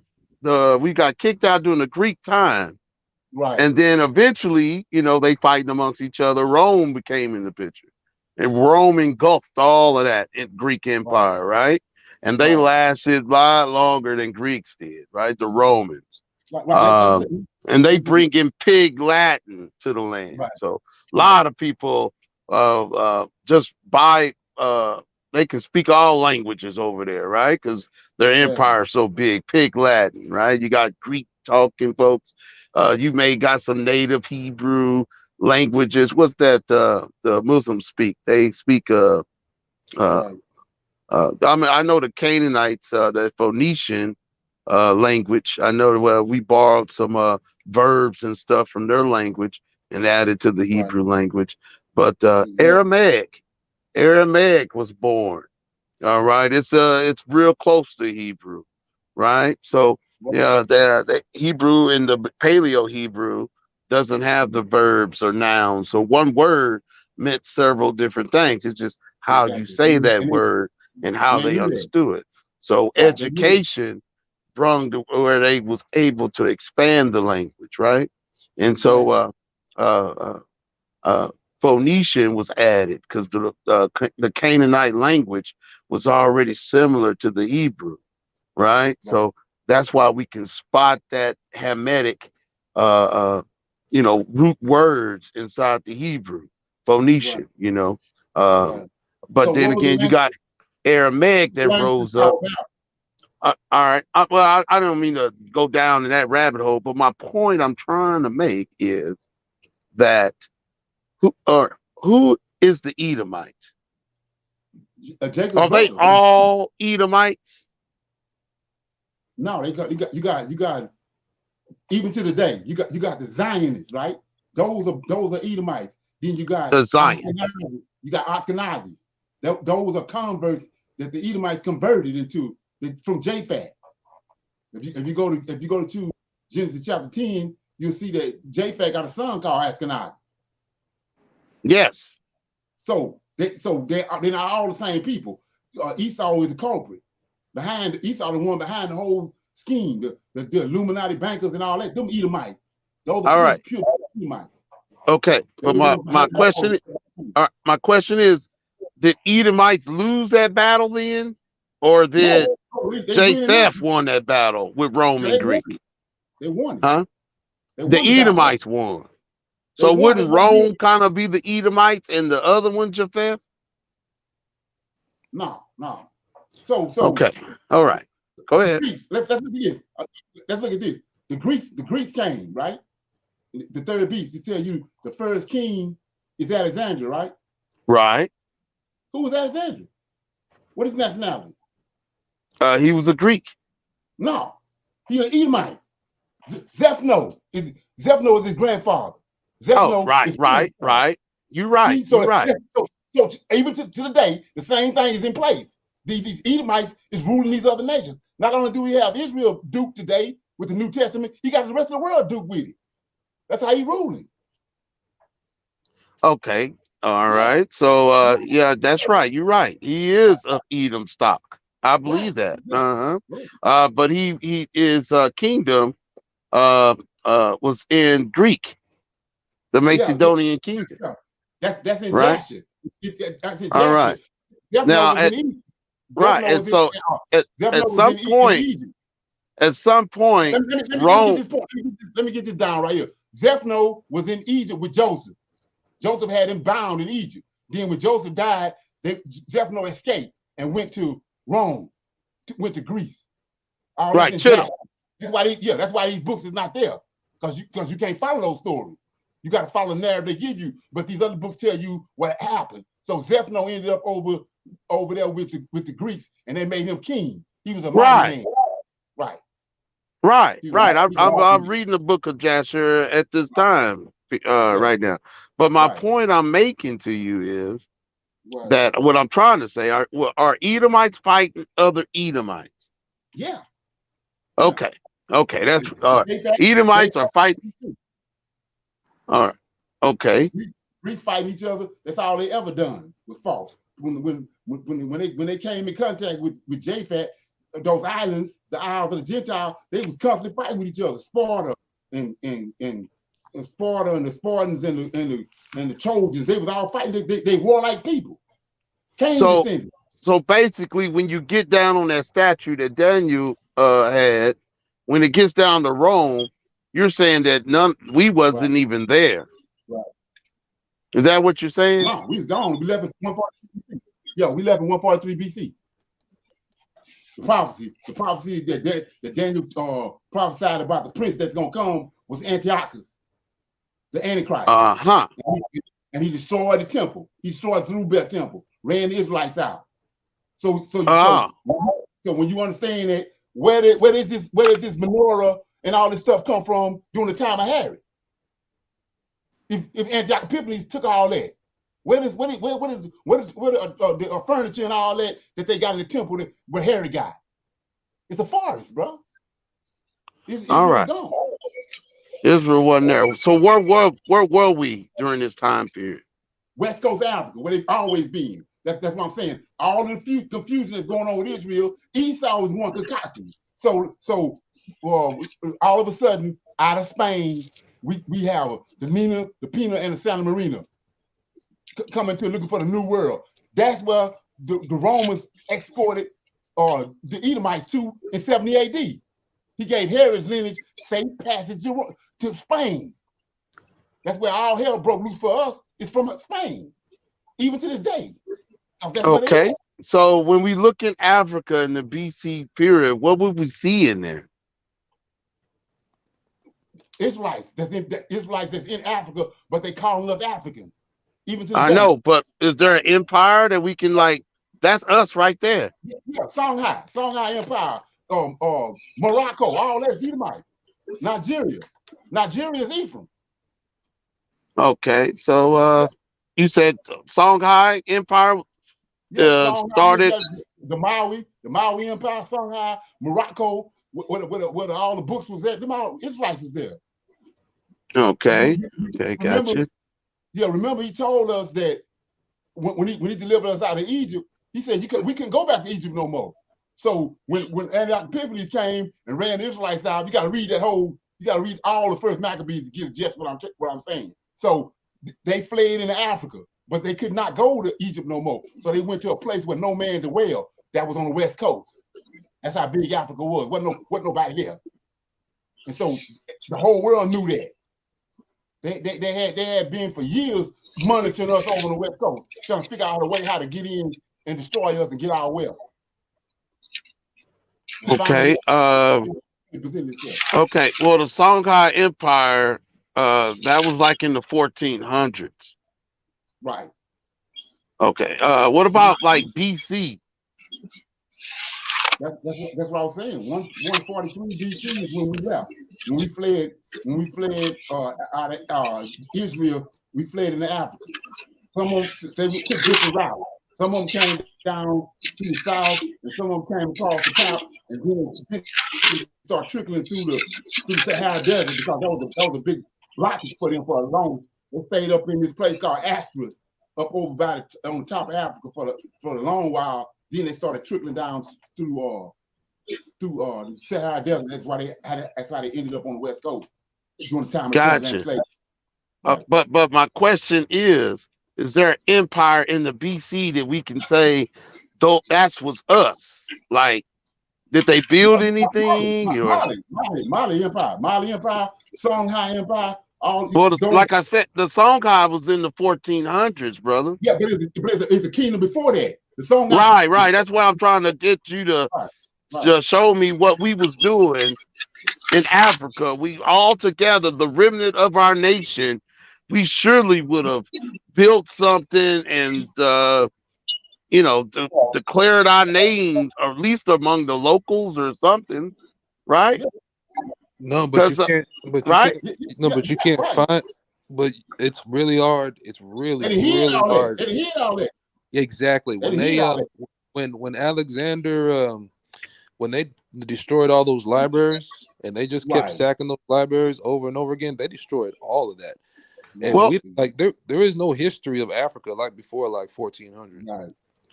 Okay, but we do got Africans to this day, right? Who are descendants of those, right? That's still there in Africa, don't we? Most definitely. That's okay. Do y'all know what they're saying over there? Yeah, that's what I'm saying. It's common knowledge among Africans who we are, but all the information being skewed. They keep keeping it away from us. Well, that's what I'm trying to get you at, is that we are seeing on the east part of Africa a very old temple. So our scriptures were there, and we see tribes popping up, just being Torah only in the west part of Africa. Yeah. And we see these empires. I say empires like it's, well, it was a lot of them. You know what I'm saying? There's several different ones. But you got to remember, each tribe is a nation. The 12 tribes. Remember, by the time he scattered them in 143 BC, he didn't fulfill the prophecy that he gave Abraham, Isaac, and Jacob that they was gonna be like the sands of the sea. So you actually got 12 nations that they multiplied. They fled into Egypt. They fled into Africa. You get that? Hello? Yeah, so let me read this right here. This should put a this should give you some understanding of what has happened. So this is what Antiochus did. So he's the forerunner to what the Romans did. So right here it says, First Maccabees, right? Chapter 40, chapter 1, verse 40. Okay. Okay. Then the king. This the king. This the king okay. Of let me mute my mic. Go ahead. Yeah, this is the king of fierce countenance. Then the king wrote to his whole kingdom that they should all become one people. That's what we are today, based on what he did right here. And everyone should give up his particular practice, and all the heathens ascended to the command of the king. And many from Israel agreed to his kind of worship and offered sacrifices to idols, right? And broke the Sabbath. And the king sent word by messengers to Jerusalem and to the towns of Judea to follow practices foreign to the country. And look at this, and to put a stop to whole burnt offerings and sacrifices and drink offerings at the sanctuary, and to break the Sabbath, and to profane the feast, and to pollute the sanctuary, and to build altars and sacred precincts and idol temples and sacred hall and sacrifice hogs and unclean cattle and lead their sons uncircumcised. That's what we at now. He started this, right? Says lead their sons uncircumcised, defile themselves with every unclean and profane practice. So look at this, so that they might forget the law and change all their religious ordinances. See that? They attack the law. That's what they're doing in Alexandria, Egypt, right? And anyone who did not obey the commands of the king should die.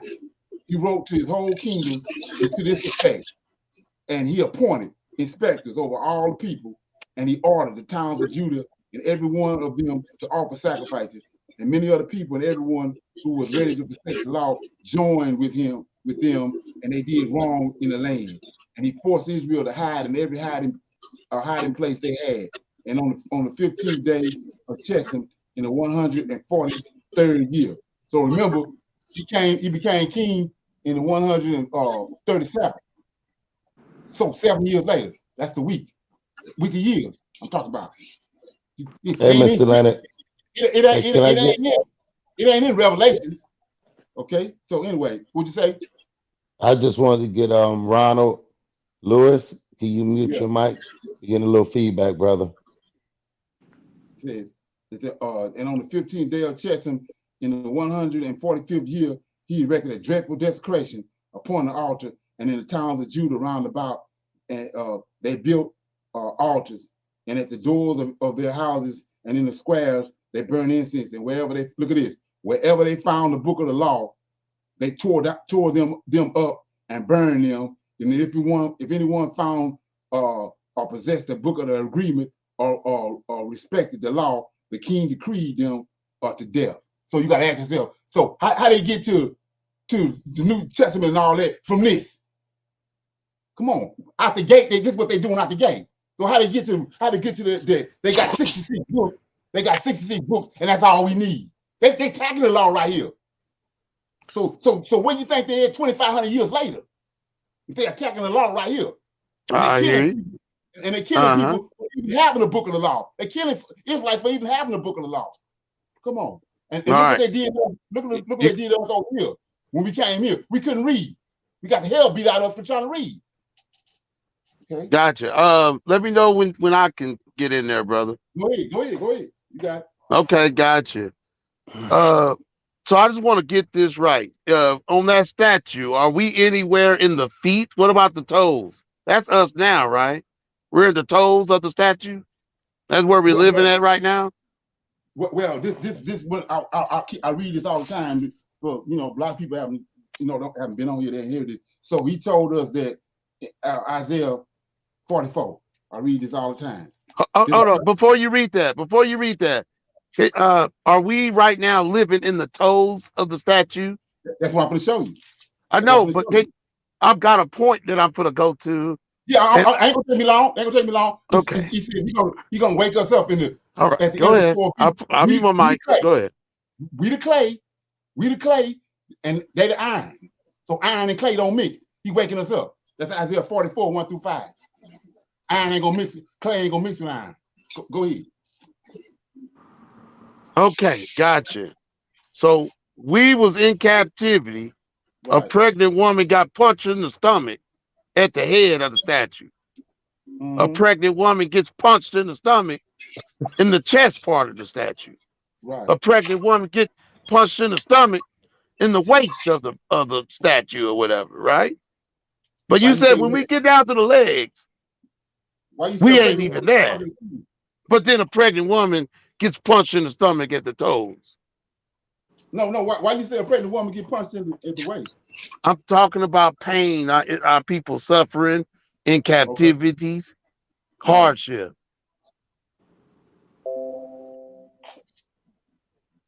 Every one of these parts of the statue, there's pain involved. But you said right here, it's not even us right here. In the iron of the legs part, we already gone. Is that what you're saying? No. I just told you the Israelites we the clay. Remember what he told Jeremiah? I know. That's the toes, ain't it? Ain't that the toes? No, that's the 4 beasts. That's the end of the 4 beasts. Iron is not gonna mix with clay. That's at the okay, so we gonna act like there ain't the legs part ain't there? Yeah, from the thigh down to all the way to the feet and all is it's not 5 beasts, it's 4 beasts. So from the weight from the thighs down to the feet, it's the 4 beasts.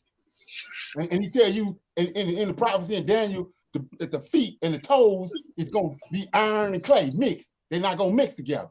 So but the shin part, that's all iron right there though, right? Yeah, that's the beast system, right? Isn't it the beast system? And we coming out of the beast system, and we not mixing with the beast system by being clay and metal or iron. We getting out of it. It's not gonna mix with the shins or the thighs. Right.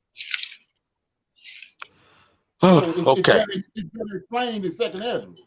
Okay. Hold on. I'm trying to grasp my mind about what you're saying, man. I'm trying to go ahead and go to second. I'm gonna mute my mic. Go ahead and go.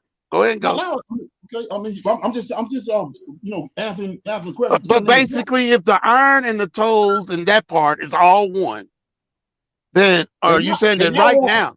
Huh? They're not one. They're not one. Okay, so they're separate. Yeah, so that's a separation. Right, they're not gonna mix. Gotcha. Ain't that like America right now? Well, that's like America right now. Gotcha. But right now I'm talking about the part that's all iron then, right now. Okay, yeah. Right. Is there are we suffering right there? Yeah, we're on the West Coast. We wasn't suffering. We in Africa at that time. Then at the end, they come back and they bring us back into the picture, back into the scriptures when they come to the West Coast and get us. That's when we come back on the scene. Unwalled villages. Okay, right. Go ahead, brother. Go ahead. I'm listening. Go ahead. Okay. I'm gonna try to catch up with you, man. And yeah. Go ahead and go. Take me where you want me to go, man. So hey, I got a question. I got a question. I got a question to Brother Leonard. Go ahead, bro. Brother. Hey, so I like what Brother Michael said. Who are the toes? Who are the toes? Yeah, that's what I'm gonna read. Okay. Like I said, all this stuff that's going on with us, Esau has set it up. If he hadn't done what he done, we wouldn't be no dissension between us right now. So let's look at it. I mean, first Ezra. Okay.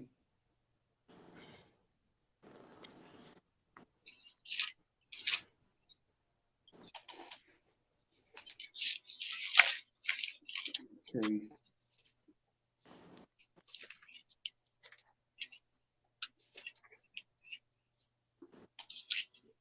second Ezra. My bad. Let me get it, man.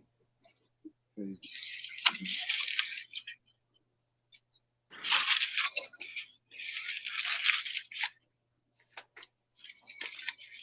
Yeah, here you go. So I'm in second Ezra chapter 12.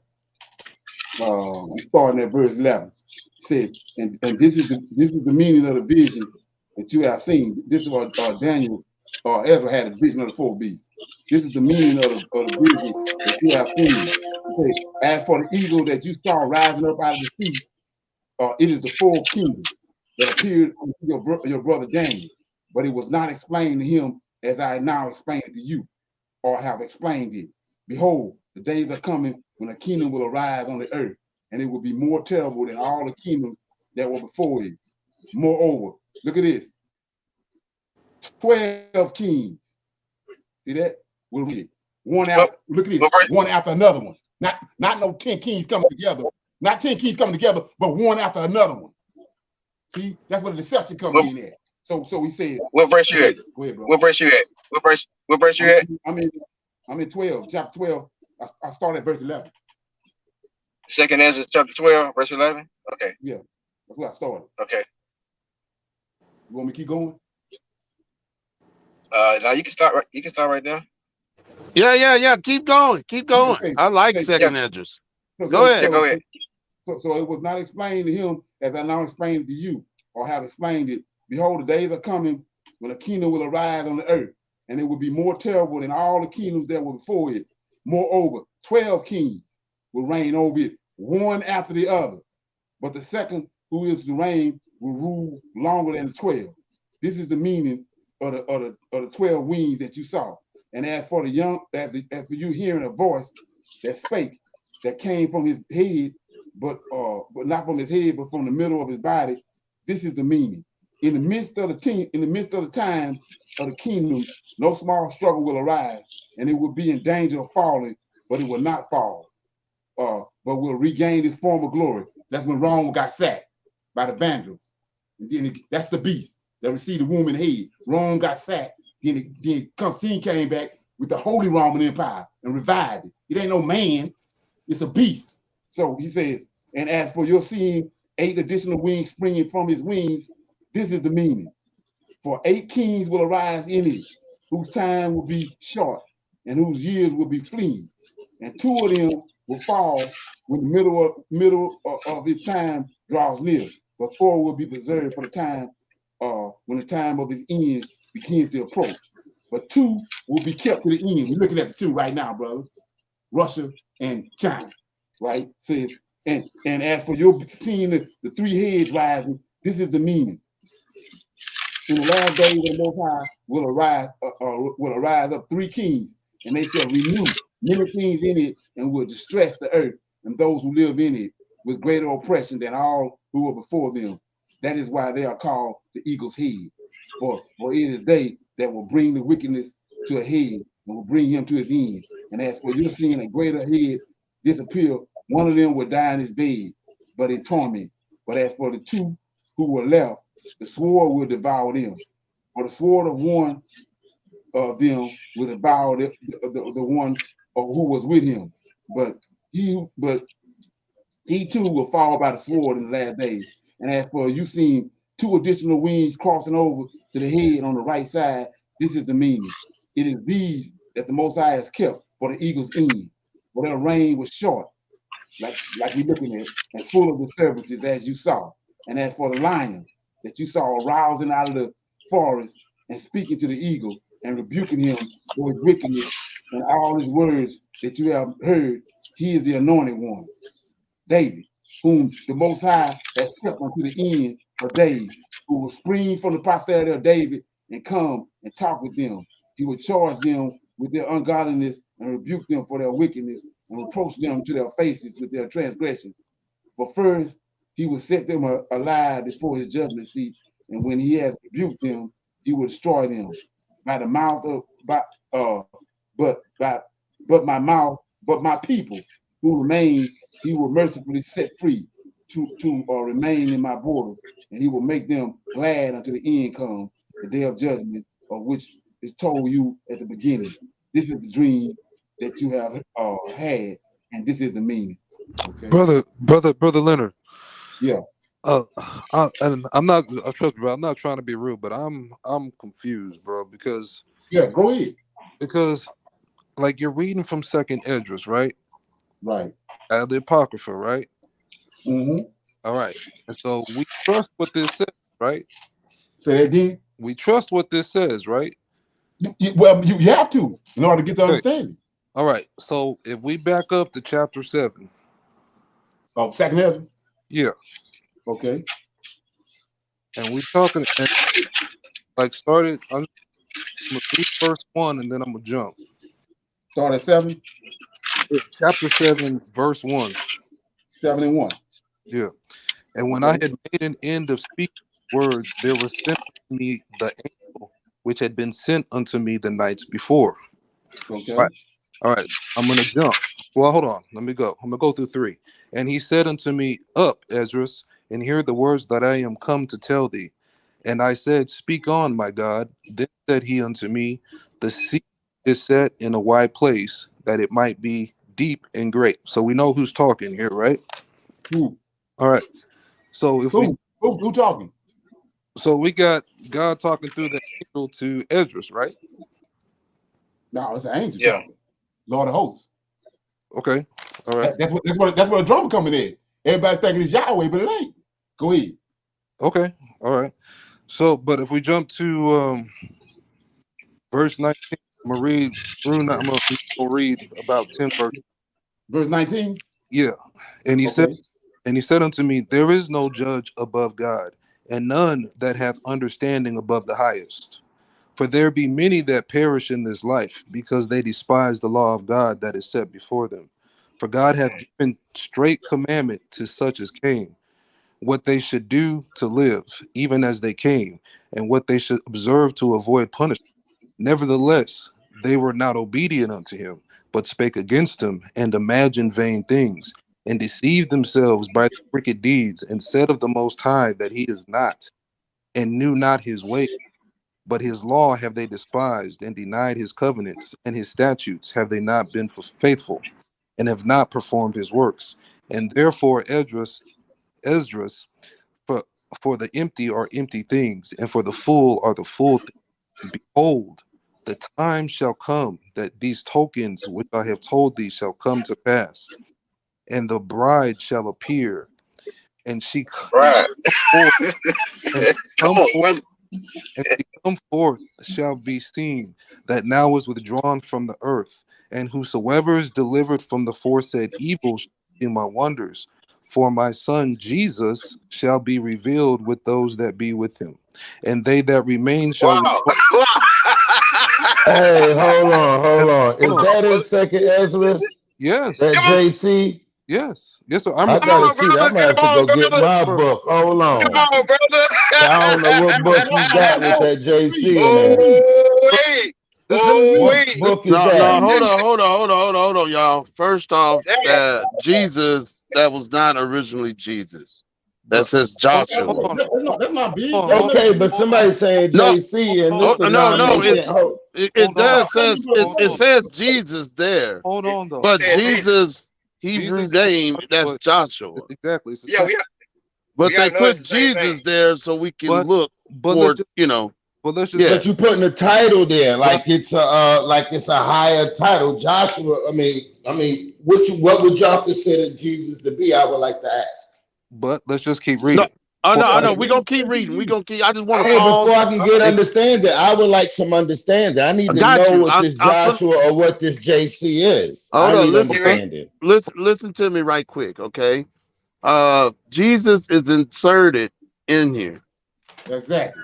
All This right. ain't nothing big. Ain't Uh, nothing big this yet. Jesus is the Pig Latin way of saying Joshua. Well, no, it's Okay. not even Pig Latin. A Greek Right. got the name from Pig Latin and transferred to Greek well, for whatever reasons. but Instead of the Let, Greek going straight to let, Hebrew, the Greek let him went to finish Pig reading. Latin. because Let him Yeah, finish yeah, reading. be- we are. We're gonna finish reading. It's important, y'all, that we become full circle and keep it real, okay? Uh, So basically, it's saying Joshua here. Well, All right. so every time that we read in here, let's make sure when we say Esdras, let's make sure we say Ezra. And then every time we see Matthias, let's say Matthew. And every time we see Yohanan, let's say John.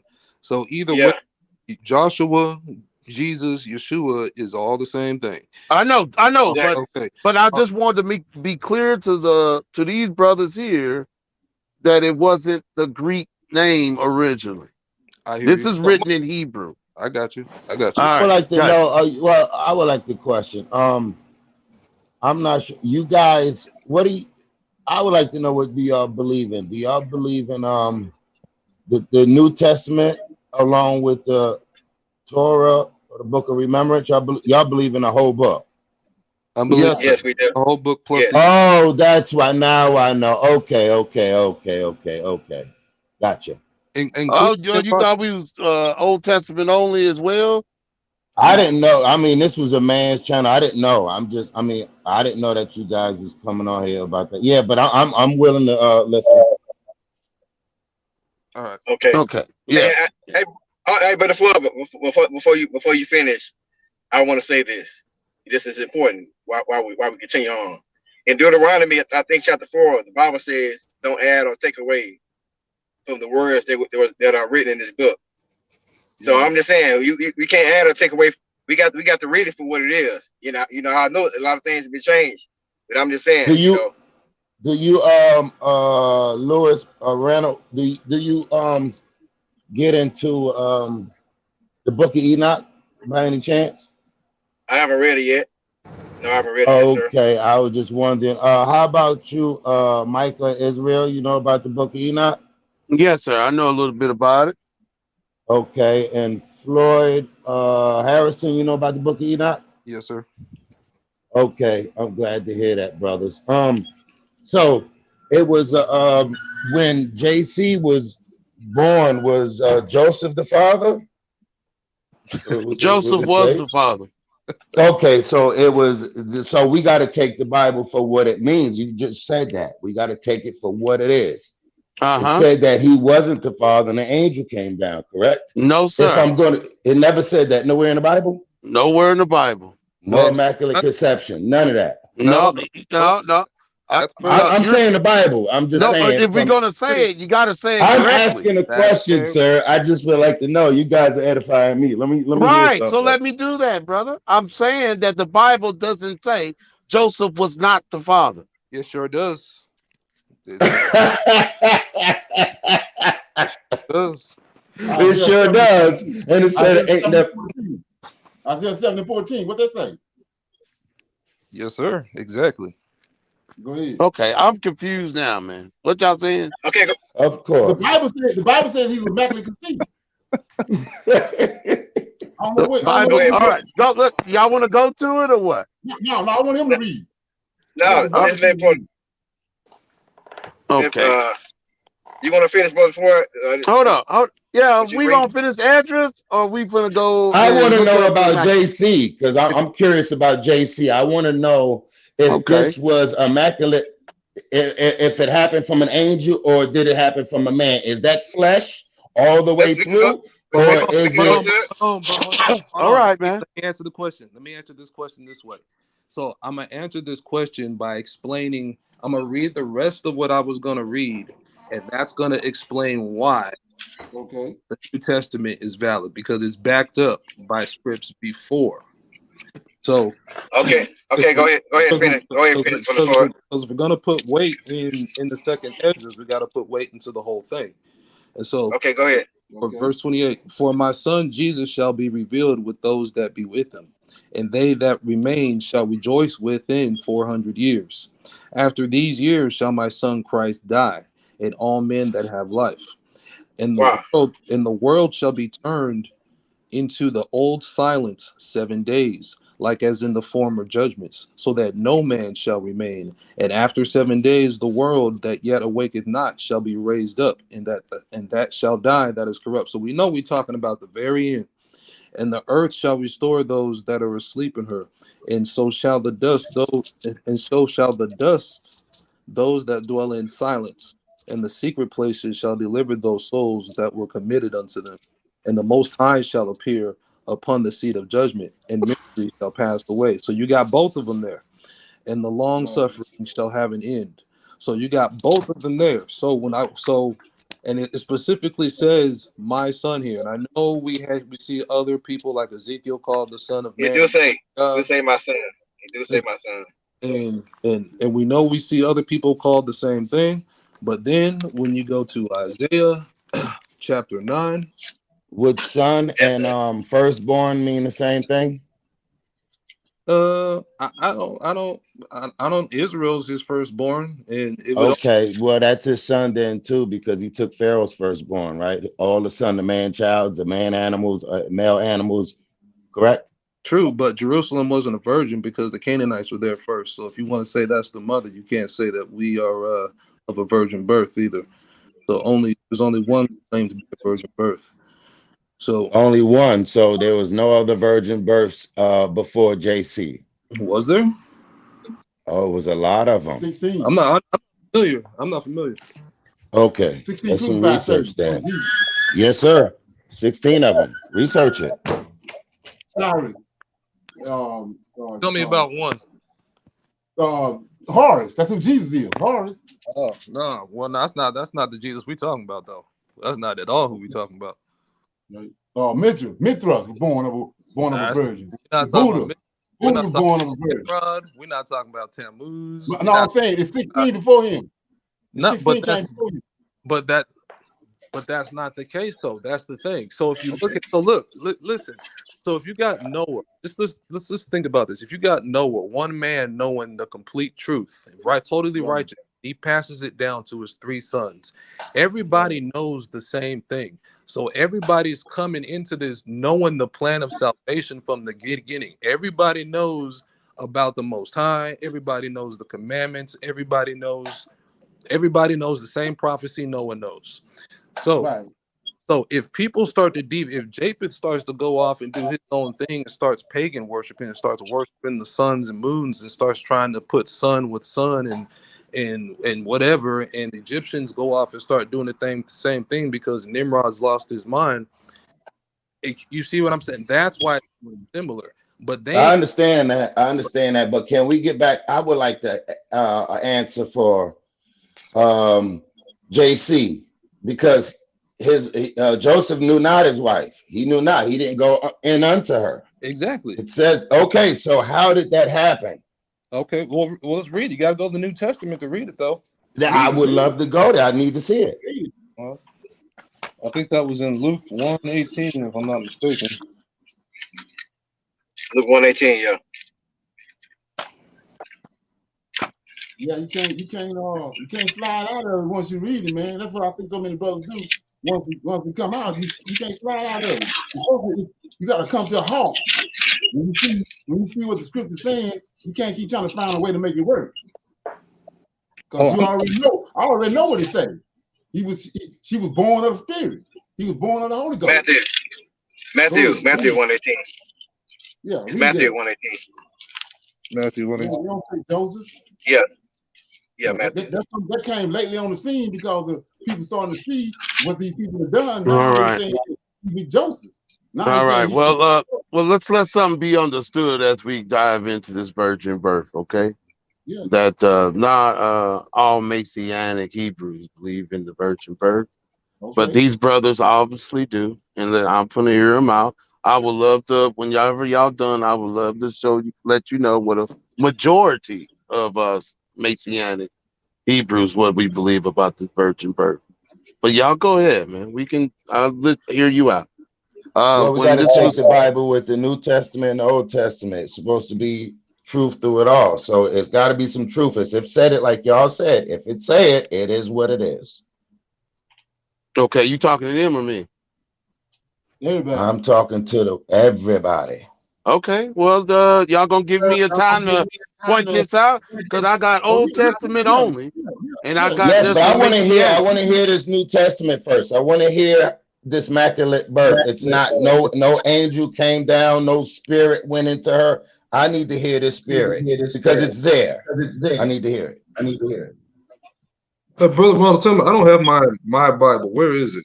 I'm using this other Bible. Matthew 1:18. You want me to read it? Yeah, if you don't mind. It says, now Matthew 1:18. Now the birth of Jesus Christ was on this wise. When as her mother Mary was espoused to Joseph, before they came together, she was found with child of the Holy Ghost. Holy Ghost. Did you hear that, Brother Floyd? Yeah, but that's not the one I'm looking for. Oh, it doesn't matter. It says what it says. What's that Holy Ghost? I need to know what that Holy Ghost is. Hold on, there's another one. Hold on. The Spirit. It's in Luke chapter. It's in Luke, I think. That's what he's looking for.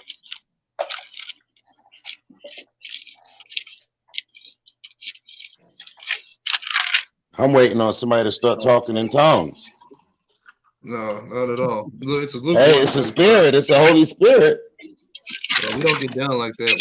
We're not those so-called Christians. 135. I hear you, but I'm just saying the Holy Spirit, nonetheless. Yes, sir. You find the Floyd? 135. All right.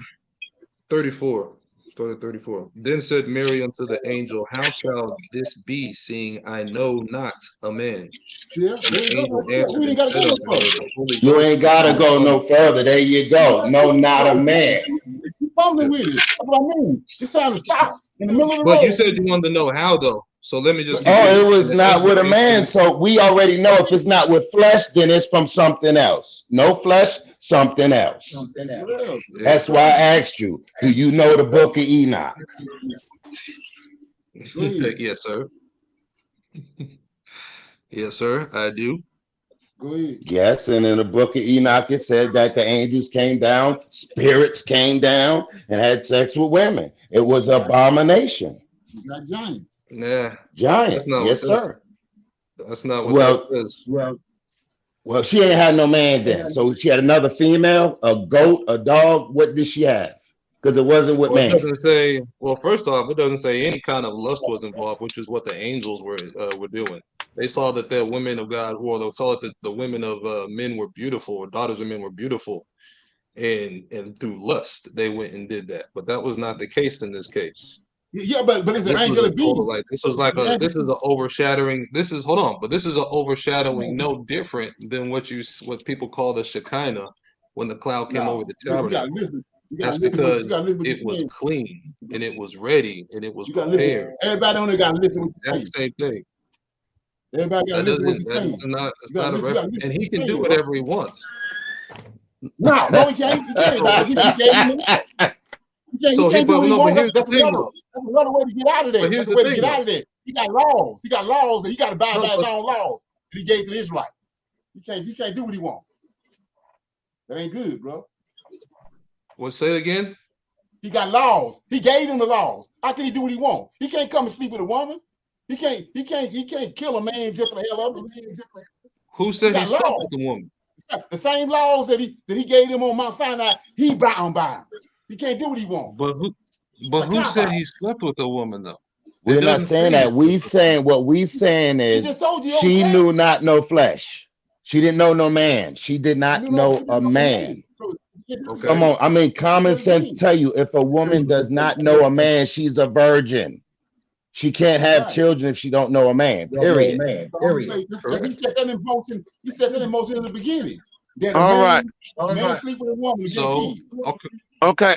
Brother. Are you? I think we accomplished your goal in bringing out the virgin birth and explaining it. Because you got more? No, you go ahead, bro. Okay, go ahead, Brother Floyd. You got more. All right, go ahead. Well, I don't want to finish because I know you don't have the same understanding that we do.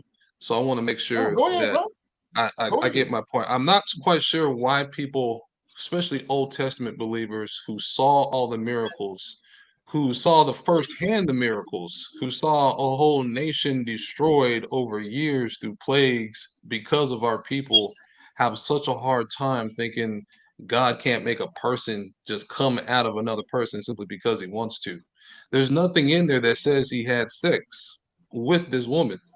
All he said was his spirit overshadowed. So that's like to add to it just to take away from it doesn't make sense, especially all that we see in whether it was overshadowed, if it was a shadow that came over her, if it rained that day, if the clouds was out, it don't matter. She got pregnant. So where's the lust at? Where's the sex at? Something had to happen for this woman to have a baby and don't know no man. Is it an abomination for you to have sex with the ground? Can you go put your seed in the dirt? Can you masturbate and let your seed fall to the ground? No, but God got man out of the ground. You know why? Because he does what he wants to do. And so his ways are not our ways. So just like he can tell us, hey, don't engage in divination, but at the same time, hey, go cast lots. That's what he does. He told us not to do these things. So like the logic that I'm hearing doesn't make sense. Yeah, that's cool, bro. I mean, all right. Are you done, Brother Floyd? Yes, sir. Okay. Yeah, Blood Flow, I just want you to know, man. You know, when you had, well, no, I ain't gonna go there. I'm just gonna say we're Jews here. Okay. We're the Israelites, and we don't subscribe to what you're saying there, Brother Floyd. But I know Billy do. But Billy's not here today. It's just us. Okay. And that's okay. Okay. All right. I'm just saying, man. You're gonna be in this bind when you go this way, that route. Let's just move on. Hey, Floyd thought he was 34-0 out here, huh, Mayweather? I'm just fucking with you. Hey, I'm gonna stand the ground because that's my understanding of it. You know what I'm saying? I respect that. I respect that. I do. That's what you believe. That's what you believe, brother. That's we're all don't have the same beliefs here. Okay. All right. So do y'all want me to read it? I wouldn't mind breaking it down because I want my brother Floyd to hear it. Well, you have heard it from me before, but why not hear it again? These Old Testament only brothers ain't heard it the correct way because they right there with you. They thinking what you're thinking. I mean, what you're saying. They say that if somebody had to get her pregnant, right? They're right there with you, Brother Floyd. And they're with Kemet. Kemet also is right there. Oh, you know what I'm saying? I like that. I like that Kemet and all that. But think about this. I want to ask you this question before you read the scriptures for us. Yes, sir. Was that same angel JC? Was he the one that brought him out of Egypt? By pillar to cloud, by pillar. Well, that's funny that you said that. I said the Most High did that. But by talking to Brother Leonard, he showed me that angels were playing a big role in that. But and would JC be an angel too? Is he considered to be an angel? No, sir. Or just no. I'm just wondering. Okay, and I'm trying to answer you, brother. No, sir. JC's not I don't subscribe to JC, but I know who you're talking about. No, sir, I don't subscribe to that. Okay. To what you're saying. I said the Most High.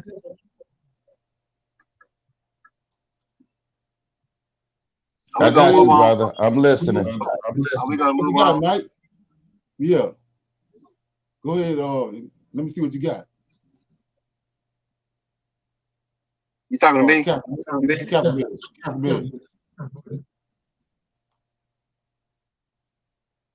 Casper. Yes, sir. Yeah, I want to see your take on it. What you was talking about? Okay, gotcha. All right. Now the birth of Jesus Christ was on this wise. All right. When as his mother Mary was espoused to Joseph. Right. All right. Espoused means engagement. All right. Okay. Before they came together, that's the wedding ceremony. Right. She was found with child of the Holy Ghost. Right. So before the wedding ceremony, And well, they was engaged, and before the wedding ceremony, Hey, in that middle time. Hold on, brother. Can we get everybody to please mute your mics, please? Mute your mic if you're not talking. Go ahead, bro. All right.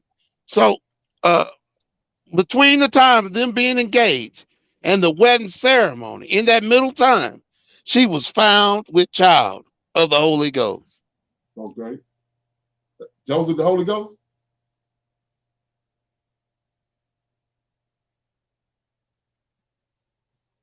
If you go to the Torah, you can, and if you keep reading what he was reading, if you go to the Torah, you see exactly why he wanted to put her away privately. It has nothing to do with they were having sex, because as we saw later, she knew no man, so she didn't know Joseph. Okay. I love you guys, man. You got the verse for that on the floor for the law for doing that. Let's Deuteronomy 22. Brother Floyd, are you trying to like debate me on this right now or what? I mean, you're adding to the script though, because that's not what it says. Oh, what did it say, brother? Which verse did I miss say? Oh, which verse did I add? You are saying that they had sex before the wedding ceremony. Yeah, right. We've had this conversation before, so I know what it is you're saying. It just says she was pregnant with the Holy Ghost by the Holy Ghost. Okay. How about this? How about I say it? Then after we get to my point, then you comment. How's that, Brother Floyd? Yeah, go ahead, brother. Do it. Do what you think. Are you cool with that, Brother Floyd? Yes, sir. I apologize. All right. I appreciate you. All right. Now, Mary was a spouse of Joseph. Before they came together, that's the wedding ceremony, okay? She was found with child of the Holy Ghost. So in between the wedding ceremony and the spousal, she was found.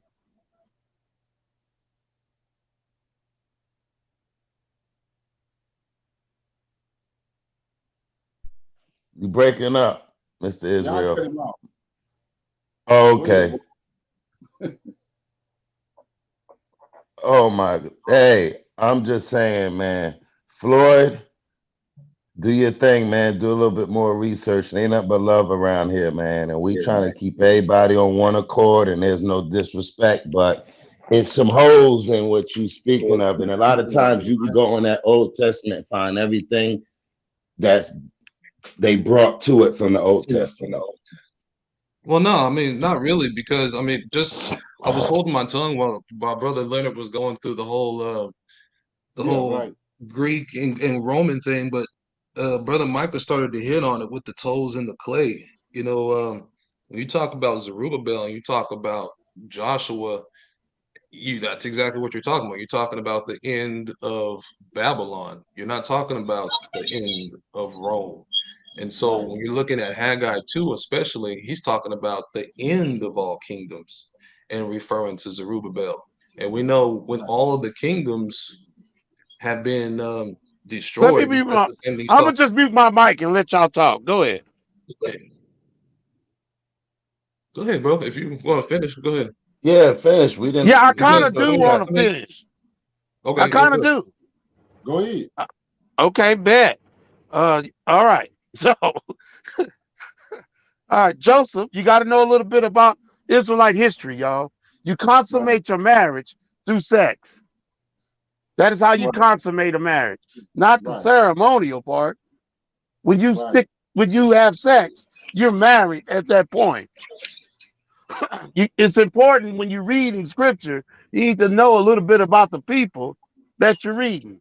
But 19, then Joseph, her husband, being a just man and not willing to make her a public example, was minded to put her away. He's thinking about the whole pregnancy situation. Because in our culture, you got two families, the families of the woman, families of the man. They meet up in a house, and they got this private room or chamber, and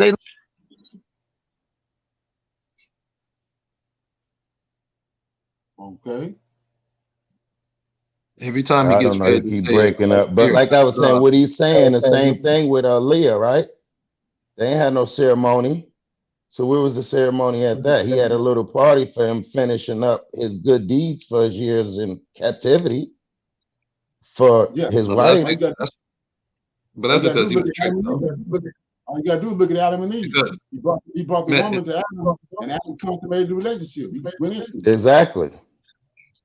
Right. But that's not according to Torah though. So if you go to Deuteronomy 22, he's telling you that if you have sex with a person, then you have to marry her, and she shall be your wife. That's exactly Yes, what he's saying. I agree with you. So, You do. Once you say you have sex with a woman, that is considered to be your wife. look, yeah, she's considered to be your wife because you have to marry her. Like, there's no getting out of it. You're gonna marry her now. Like, that's why you have to pay the dowry for it. So it's two separate things. And the custom is to pay the dowry, you have the ceremony, and then you have the sex. What my brother Micah is doing is adding to the story and saying exactly the opposite of what it says in Luke. And I so, agree with you. I agree with you. And since I agree with you, I then ask again about the book of Enoch. well, I'm gonna tell you, brother. I did some research on, and brother Leonard was touching on this too about the Amorites being giants, right? Right. And so, like, and the Og of Bashan being, I think if you do your research, he was like 13 feet tall or something, or his bed was like 13 feet or something like that. So, like when you look at the lineage, and I track this down, if you look through the lineage, you can trace it all the way back to the Amorites. Those giants were not the product of angels and people. Like that's not what it says. It says the sons of God saw the daughters of men. You're a son of God. I'm a son of God. Like that's what it's talking about. It's not talking about angels having sex with women. And that's why, even though I have the book of Enoch and I'm familiar with it, I don't put much weight into it. For one, if you look at the history of it, it's really a pseudo Enoch who is the author of it, because and it only has weight because it supposedly came from oral tradition, and there were pieces of it in other parts of Babylon at that time. But the original copy of it, no, it was somebody who put this stuff together So it based wasn't on okay. So if we say the book of Enoch doesn't exist in the Old Testament, they was looking like grasshoppers, right? The people seeing them giants. that's what And it then you says. got to ask yourself too, David slayed Goliath. He was a big boy, right? The giant also. So Yes, we sir. get rid of Enoch and we say that these giants came down and never had sex with women. So these fallen angels came down here. How did we get giants? Yeah, that's the question. That's the question. I mean, there's If people in Africa right now that are not, but there are people in Africa right now that are 9, 10 feet tall. There are bones that are people. I mean, people are just tall. And if you look at the way, I mean, I don't know if you believe in science or not. I don't give much weight to it, but they say that DNA is weakened over time, or whatever. And then, I don't know. People are super short. People are super tall. There's no telling what it could have been like back then. I Yeah, but don't we know. given that being told to us by our enemies in captivity. We know Edom is ruling over everybody right now. And we They give us a also lot of just stuff, spoke though. about this class about all the lies that we was told, as far as being over in Egypt and all of this. We come to those conclusions. So if the book and we supposed For sure. But we also can't just overlook stuff like what we just read in 2nd Esdras 7, where it specifically says Jesus, Son of God. You know what I'm saying? And so there's certain stuff in here. But look, there's a certain stuff in here where it says specific stuff, like even like Isaiah 9. We go to Isaiah 9, Isaiah 9:6. Like, how do y'all? I'm interested in just seeing how y'all explain something like this. Isaiah 9:6. Second Samuel chapter 7. That explains. 2 Samuel chapter 7. 2 Samuel chapter 7. Yeah, he got a That's covenant where with I wanted David. to go to, because that's exactly it. I wanted to go there too. Right. So chapter 7, verse starting at verse well, I'm gonna kill two birds with one stone, starting at verse 10. 7 and 10. You got it? Where you at, second Samuel? You at second Samuel? Yes. Chapter 7, verse 10. You got an echo, man. I don't know where it comes from. Hold on, it might be me. Hold on. Okay. You got it?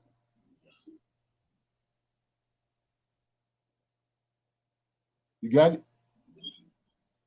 So it says, moreover, I will appoint a place for my people Israel, and I will plant them, that they may dwell in the place of their own and move no more. Now, neither shall the children of wickedness afflict them anymore. Hey, so Randall, can we get you to mute your thing every time Mr. Leonard talking and see me popping pages? Can we mute that? Thank you.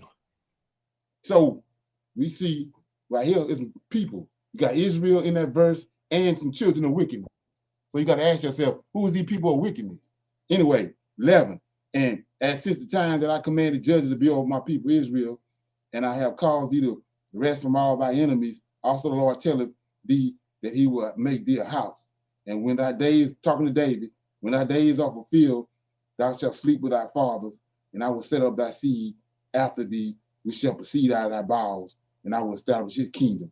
He shall build me a house for my name, and I will establish the throne of his kingdom forever. I will be his father, he shall be my son. That's Solomon. So the covenant is every king that's on the throne after David is out of David's loins. They're David's sons. They're not Yahweh's sons. They're David's sons. The Lord of hosts is watching over this covenant. So when you go to Isaiah chapter 9, all it's doing is bouncing off of 2 Samuel chapter 7. You go to Isaiah chapter 9, let's look at it. So and they said Joseph, they couldn't find Joseph lineage back to David, but they found his wife Mary lineage back to David. Right. So you go to 9 and 6. Unto us a child is born. This is the covenant. Unto us a child is born. A son is given. The government shall be upon. Somebody got the mic open. Say, for unto us a child is born. Unto us a son is given. The government shall be upon his shoulder. His name shall be called Wonderful Counselor, the Mighty God, the Everlasting Prince, the Everlasting Father, the Prince of Peace.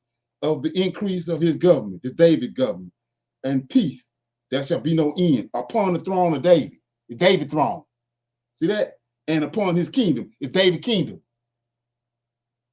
To order it and to establish it with judgment and with justice from henceforth, even and forever. The zeal of the Lord of hosts shall perform this.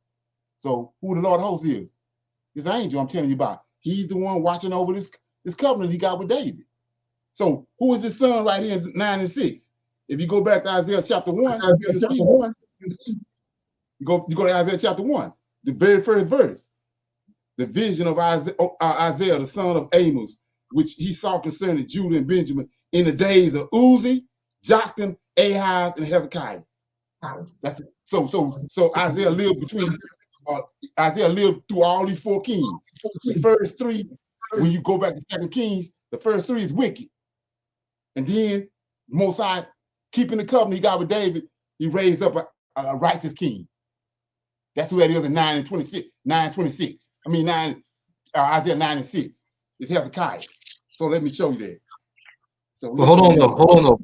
But hold on. But before you do that, and let's go to Job 15. Actually, go to Job. Yeah, Job 15:15. Yeah, I don't even subscribe to Job, but I go there, bro. Go ahead. You subscribe to Job? No, man. That's philosophy. And you don't see no prophets talking to the Most High like Job talking to him. That's paganism, bro. Go ahead. We'll go there, though. Okay. Behold, he putteth no trust in his saints. Yea, the heavens are not clean in his sight. How much more abominable and filthy is man, which drinketh iniquity like water. So that's telling us that no man is on the level with God, right? Right. So right? Who is Job? No man. Because so this is to prove a point, because when we go to Isaiah 52, before we look at that, Isaiah 7, I think you're going to. Okay. So you're gonna on your But own. JC was a man too, though. On JC your was a free man time, too. yeah.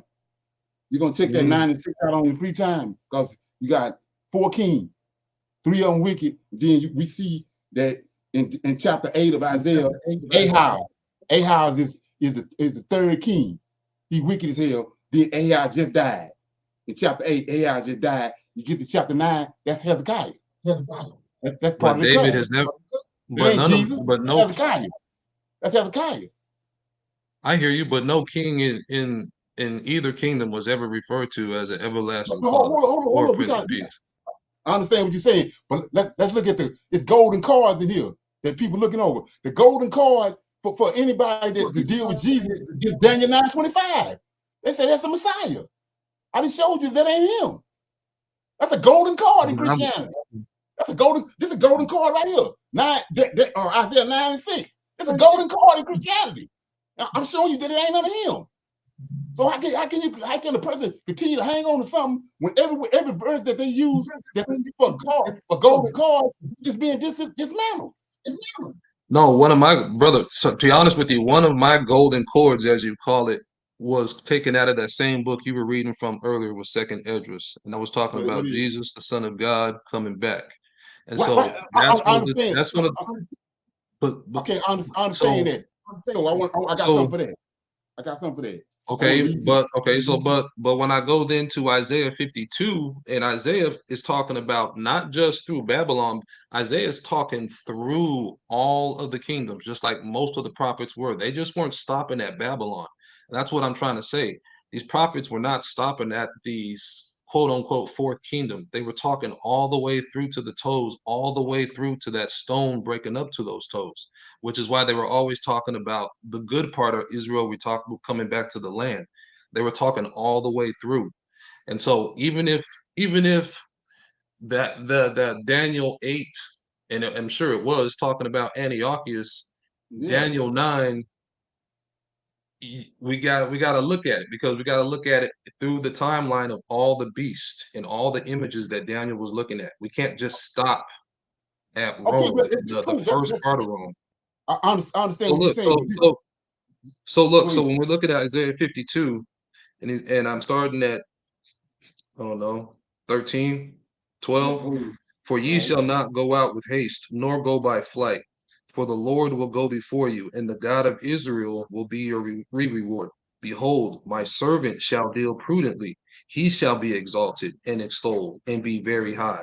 As many were astonished at thee, his visage was so marred more than any man, and his form more than the sons of men. So shall he sprinkle many nations. The king shall shut their mouths at him. For that which had not been told them shall they see, and that which they had not heard shall they consider. Who hath believed our report, and to whom is the arm of you the gotta Lord stop right revealed? there. You gotta stop right there. You gotta stop right there because you ain't reading that right. Who is that from 13? Who is that from 13 to 15? Well, that's what I'm getting ready to get to. It explains itself through 53. That's what I'm saying. No. If you go through 53, it's going to explain itself and give you the time context. Okay, go ahead. So for he shall grow up before him as a tender plant. And this is Isaiah, and this is after David.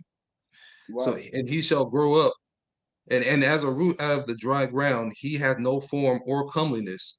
And we know that's not David, because David was a good-looking man. And when he shall see him, there is no beauty that we should desire him. He is despised and rejected of men, a man of sorrows and acquainted with grief.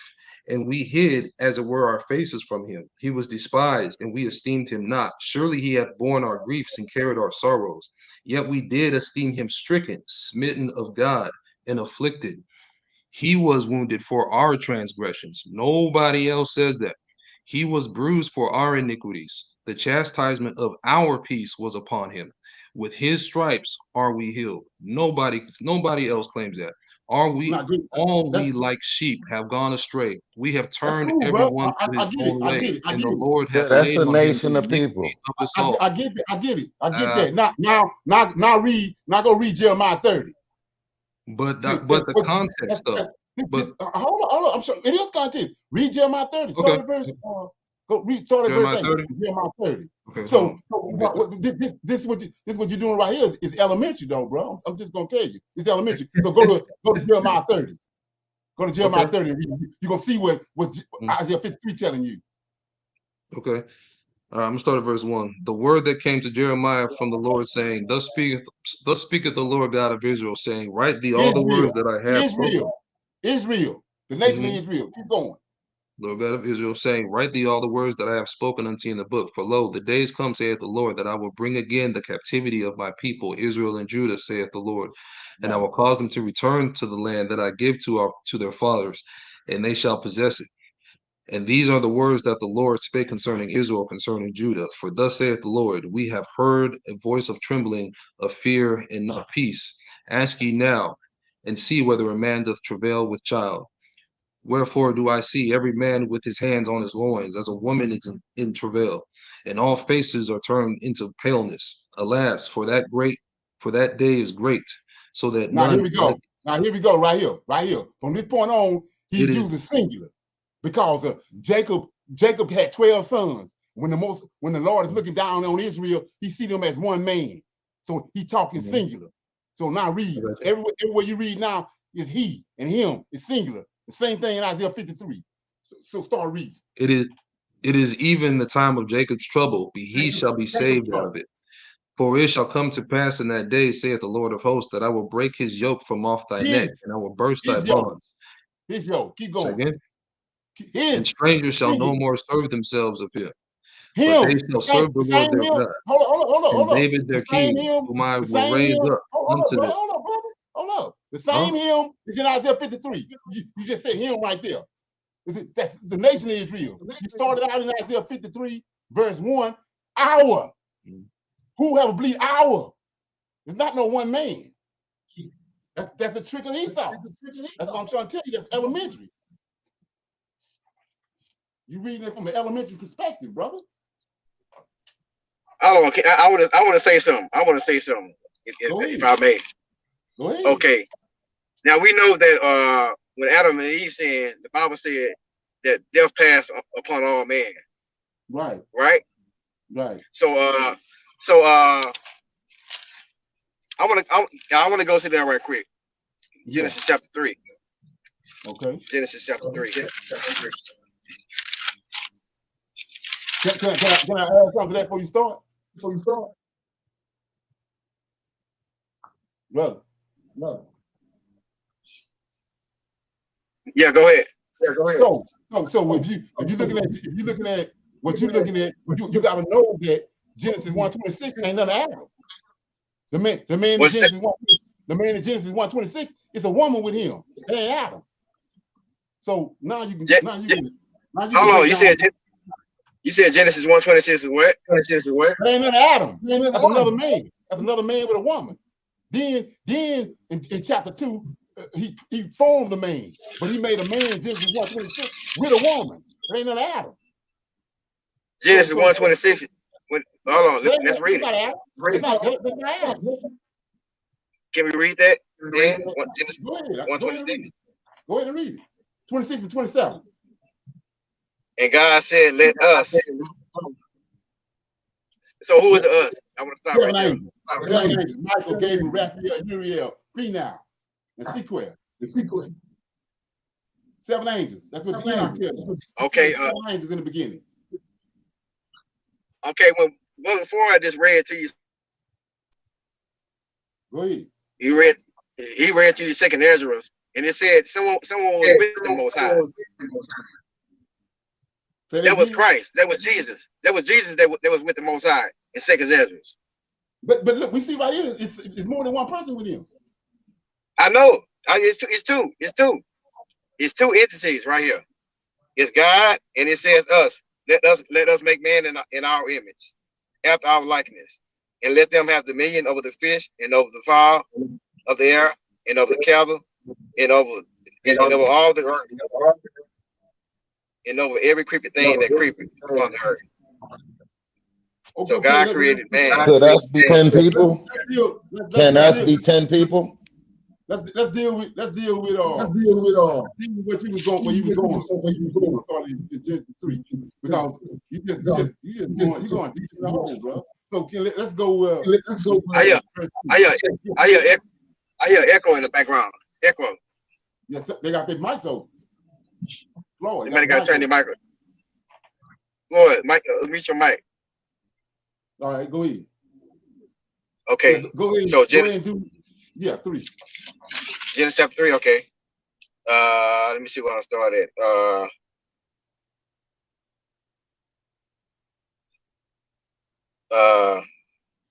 trying to see where it says where they're saying that.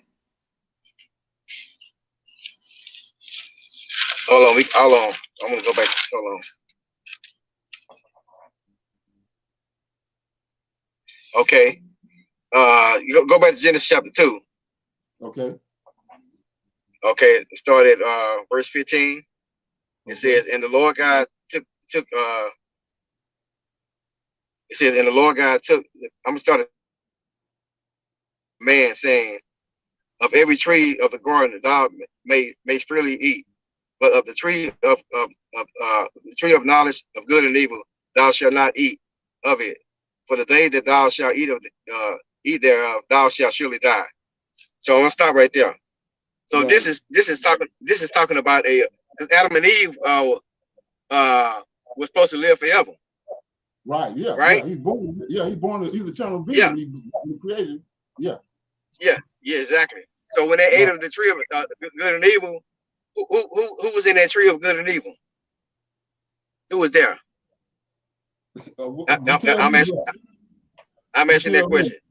Yeah, the devil was there. The devil was there. Yeah, the devil was real too, right? Samuel. That's an angel. That's an angel. Samuel. That's his name. Satan is a title. His name's Samuel. Well, but the devil is still an angel, though. I'm just saying he's still an angel. Yeah. Hey, but bro, going back to I'm sorry, Ronald. Go ahead. I thought you were done. I'm just saying. So when they ate of this tree, they died of a spiritual death. Okay. They were still alive. They was alive. They was alive on the outside, just like this, but they were spiritual. You know. Right. Yes, but you missed the best part of chapter 2 when you started at 15. You start at 1. You will see what's happening in 126. If you start at chapter 2 verse 1, you'll see what's really going on. You're missing the good part.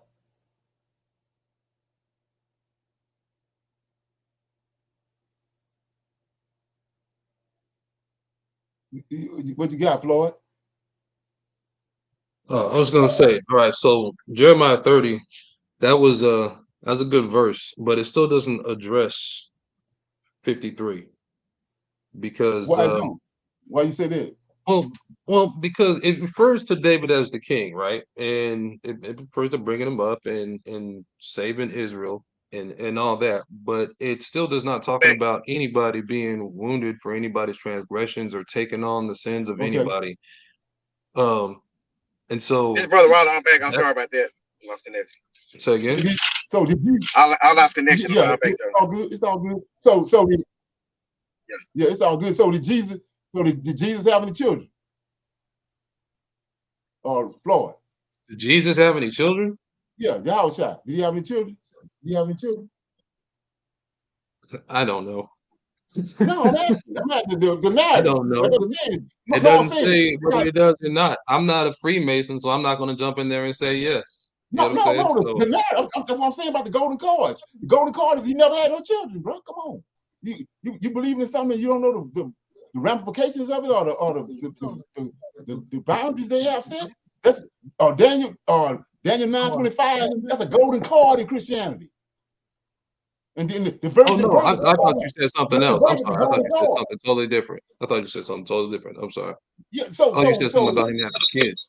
One of the golden cards with Christ is that he is a righteous man. He never had no wife. He never had no children. That's a golden card, bro. So the person that you talking about, you saying that's him in Isaiah 53, read verse 10. Read verse 10, 11, and 12. And tell me that's him. In 53. You said verse 10 of Isaiah 53? Yeah, start reading at verse 10. Start reading at verse 10. Run right. Yet it pleased the Lord to bruise him. He hath put him to grief. When thou shalt make his soul an offering for sin, he shall see his seed. He shall prolong his days. You're going to see his seed. That's it. You can stop right there. You're going to see his seed. JC, one of the golden cards of Christianity, JC ain't got no kids. They ain't none of him. Come on, bro. That's what I'm trying to show you. I mean, I just showed you 10 different verses. That's golden cards. It ain't him. So, well, you're misreading that though. Hold on. But brother, you're misreading that though, because if you read the next two clauses in that verse, it's talking about Jesus himself. No, bro. So like it says, he shall see his seed. He shall prolong his days. Right. And the pleasure of the Lord shall prosper in his hand. He's talking about Jesus. Who is he? Who is his? And who is he? He's Jesus, the same one we saw in 2 Ezra 7. Right. But he just said he's gonna see his seed. JC ain't got no seed. God is talking about his seed. He's talking about it shall prosper in his hand. He's talking about his seed's hand. He's talking about Jesus's hand. That's exactly what he's talking about in 2 Ezra 7, verse 28. It's the same thing he's saying. Okay. And you say him. Can you go there? Can you go there? Can you go there, Floyd? Can you go there, Floyd, and read it? It's him everywhere else. Hold on, it's him everywhere else, but right there is not him. But hold on, though. Everywhere in 53 is Jesus, but right there it ain't. Come on. But hold on. But it's talking about the end in 2 Ezra 7. It's clearly talking about the end. Hey, Mr. Leonard. Mr. Leonard, I don't have my book on me right now, like they say, but it says in the last days that David will be sitting on the thrones. Since he's talking about the end, who's going to be sitting on that throne in the end? It didn't say nothing about JC sitting on no throne at the end. It said David, your king. But hold on. One of the basic things of us coming in here is that what? We're a nation of what? Kings and priests. So that means there's more than just David sitting on the throne. So David is on the throne. Yeah, David has a special place, but he ain't the only one. You got that out of context, though, bro. Let me read that. Nah. Let me read that what he just brought. Let me read it. Let me read what he just mentioned. Let me read that. Because like I said, I'm used to what we do over here, man. We deal with the word. And when the revelation comes, we check.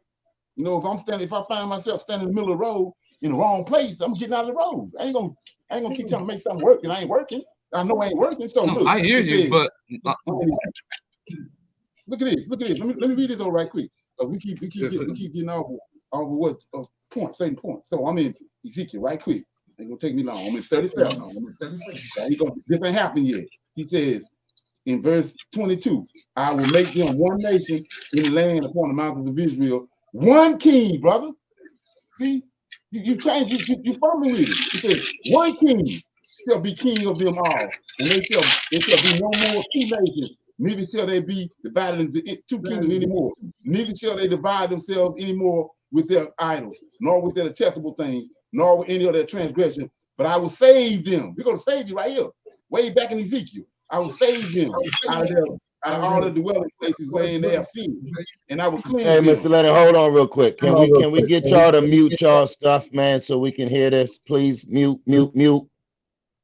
Yeah, okay. So it says, I will save them out of all of the dwelling places wherein they have sinned, and I will cleanse them. So shall they be my people. This is just the Lord of hosts talking. So shall they be my people. I will be their God. Now 24. And David, he got all the time in the world right here, besides Ezra, to tell you it's Jesus. He says, and David, my servant, shall be king over them, and they all shall have one shepherd, brother. You can't put no plurality on that. He says one shepherd. But I can though.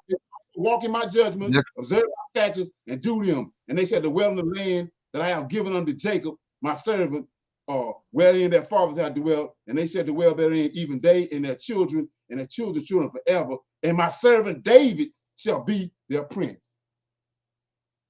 Come on, bro. Zechariah 14, though. Zechariah 14. What did it say? That's not talking about David, because this is talking about. Just gonna go there. Zechariah 14. Zechariah. I'm gonna go there. I want to go to Zechariah 14 because I know what's up with it. You Zechariah 14. I'm ready to go there. Zechariah 14. Yes, sir. Verse 1. Behold, the day of the Lord cometh, and thy spoil shall be divided in the midst of thee. For I will gather all nations against Jerusalem to battle, when the city shall be taken, and the houses rifled, and the women ravished, and half of the city shall go forth into captivity, and the residue of the people shall not be cut off from the city. I'm gonna skip down to verse 9. And the Lord, verse 5, and ye shall flee to the valley of the mountains, for the valley of the mountains shall reach. I'm sorry, I should have read verse 4. And his feet shall stand in that day upon the Mount of Olives, which is before Jerusalem on the east. And the Mount of Olives shall cleave in the midst thereof toward the east and toward the west. And there shall be a very great valley, and half of the mountain shall remove toward the north, and half of it toward the south. So this is him actually coming down from the heaven, from the third heaven down to the ground. And I'm going to skip down to verse 7. But it shall be one day which shall be known to the Lord, not day nor night. But it shall come to pass that at evening time it shall be light, and it shall be in that day that living waters shall go out from Jerusalem, half of them toward the former sea, and half of them toward the hinder sea. In summer and in winter shall it be. And the Lord shall be king over all the earth. Verse 8. Verse 8. Okay. Read again, Flora. Verse 8? Yeah. Yeah, I see it now. Okay. Okay. I'm sorry. And it shall be in that day that the living waters shall go out from Jerusalem, half of them toward the former sea, and half of them toward the hinder sea. In summer and in winter shall it be. And the Lord shall be king over all the earth. In that day shall there be one Lord, and his name one. Right. So it's not just David being king. There's another king. But look when you started it. You started in verse I've already verse 1. Yeah, but where you read where it said the Lord shall be king the first time. That was in 9. The Lord shall be king over all the earth. In that day shall there be one Lord. See that? You just looking for king, but look what the verse is saying. Just like I showed you the same chapter, verse 3. Verse 3. No. Check me out though. I'm looking at what it actually says though. And if you go to verse 9 and you look what it actually says, it says Jehovah. It's talking about Jehovah. It's not talking about David. David was never referred to at all as Jehovah. What you reading out of? What you reading out of? I mean, no, I'm just saying. I'm going to the Hebrew translation because that's what when you look at the account, when you look at listen, bro, listen. No, listen. When they wrote this, so when you see all caps, Lord in all caps, you know that it's talking about Jehovah. When you look at Psalm 110, it's talking about Jehovah said unto Adonai. And then you read the rest of it. Some people say David, some people say Jesus, but whatever. But because I'm coming from where I'm coming from, as far as everything I'm seeing Jesus, when I see this capital Lord and I'm seeing Jehovah and I'm seeing Jehovah's feet touch a physical mountain and people aren't dead, and he's called a king, that means that ain't David for one. Yeah, but if you saying, well, I understand what you're saying, but if you want to say, if you want to sit here and say that you want to talk about the Y's, the L's, the lowercase L's, the capital Y's.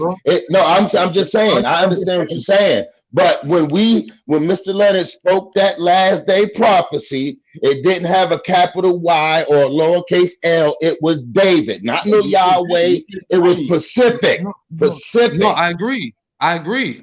But that does not mean there isn't something else going on. And so, just like it says, it was plain as day. We just read it. I mean, you don't have to be smart to understand that. No, but what I'm saying is, more people are going to be resurrected. And so it's not like David's going to be the only person. Is he going to be king? Yeah, he's going to be king. Is David going to be the king? Yeah, he's going to be the king. But we're obviously reading this is a different king. So what I'm saying is not like David's not going to be king, but this is a different king. Because David, our king. But this is king over the whole earth. This is king over everybody. Go to Daniel 2:44.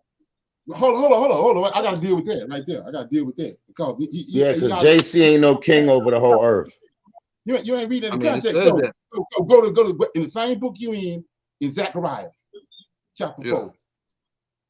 Zechariah chapter 4. I got you. Okay, so I read this the other night. So he said in verse 4, chapter, in verse 3, and 2 olive trees by it, one upon the right side of the bowl and the other upon the left side of the bowl. Then verse 4, so I answered, and I spake unto the angel. The angel, bro. Look, we talk with me. Hold, let me finish. That talked with me, saying, what are these two, my Lord? Then get to verse 12. And I answered again and said unto him, what is these 2 olive branches which through the 2 golden pipes empty out the golden oil to themselves? And 13. And he said me, this is the angel talking to Zechariah, and he said unto me, and he answered and said unto me, know thou not what these be? And I said, no, my Lord. Then he said, these are the 2 anointed ones that stand before the Lord of the whole earth. Same thing what you just said about the whole earth. There ain't 2 people over the whole earth. It's only 1 person over the whole earth. It's the Lord of hosts. You reading all that out of context, bro. You ain't reading any context. No, but really not. No, but listen, we're really not. Listen. When you look at even the image of the throne, and how it's listen. Like, just when you look at the image of the throne, when you look at creation, listen to what, bro. Just listen to what I'm saying. This is a stumbling block. This is a stumbling block for our people. Let me read this right is not a stumbling block for us. This is the way for us, bro. Because listen, but this is what, like we said. Hold on, 1 minute, bro. I'm gonna let you talk. 1 minute. Isaiah chapter 11. There shall come forth a rod out of the stem of Jesse. Who is Jesse, bro? Who is Jesse? You know who Jesse is? Hello? Yes, sir. I know who Jesse is. Who he is? Yes. Who is that? He's the father of David, sir. But that's a elementary question, sir. I wouldn't be bringing up. Hold up. It ain't but one stem out of Jesse. It's David. So now I'm in verse 10. And in that day, this is the last day, there shall be a root out of Jesse, brother. Come on. Your house ain't out of Jesse. Come on. It's all through the scriptures. And if you don't understand all that, you're gonna go on and do and talking and making. Come on, brother Leonard, I understand. Brother, I understand. Brother, hello? Yeah, go ahead. But I understand where you're coming from, but at the same time, you have not addressed 2nd Esdras 7, nor have you really addressed Isaiah 53, because still you have not shown me anybody who has borne anybody's sins or transgressions or iniquities. I did it already. Here we go right here. Didn't. That's not what it said about David. That's not what it said about David at all. It ain't David. It ain't David in Isaiah 53. It ain't your house shine, ain't David. I'm gonna show you it is, but you're not gonna receive it. If you locked in on what these Edomites did, it's nothing the person can do. I'm look at this. What does this say? What does 2nd Esdras 7 say?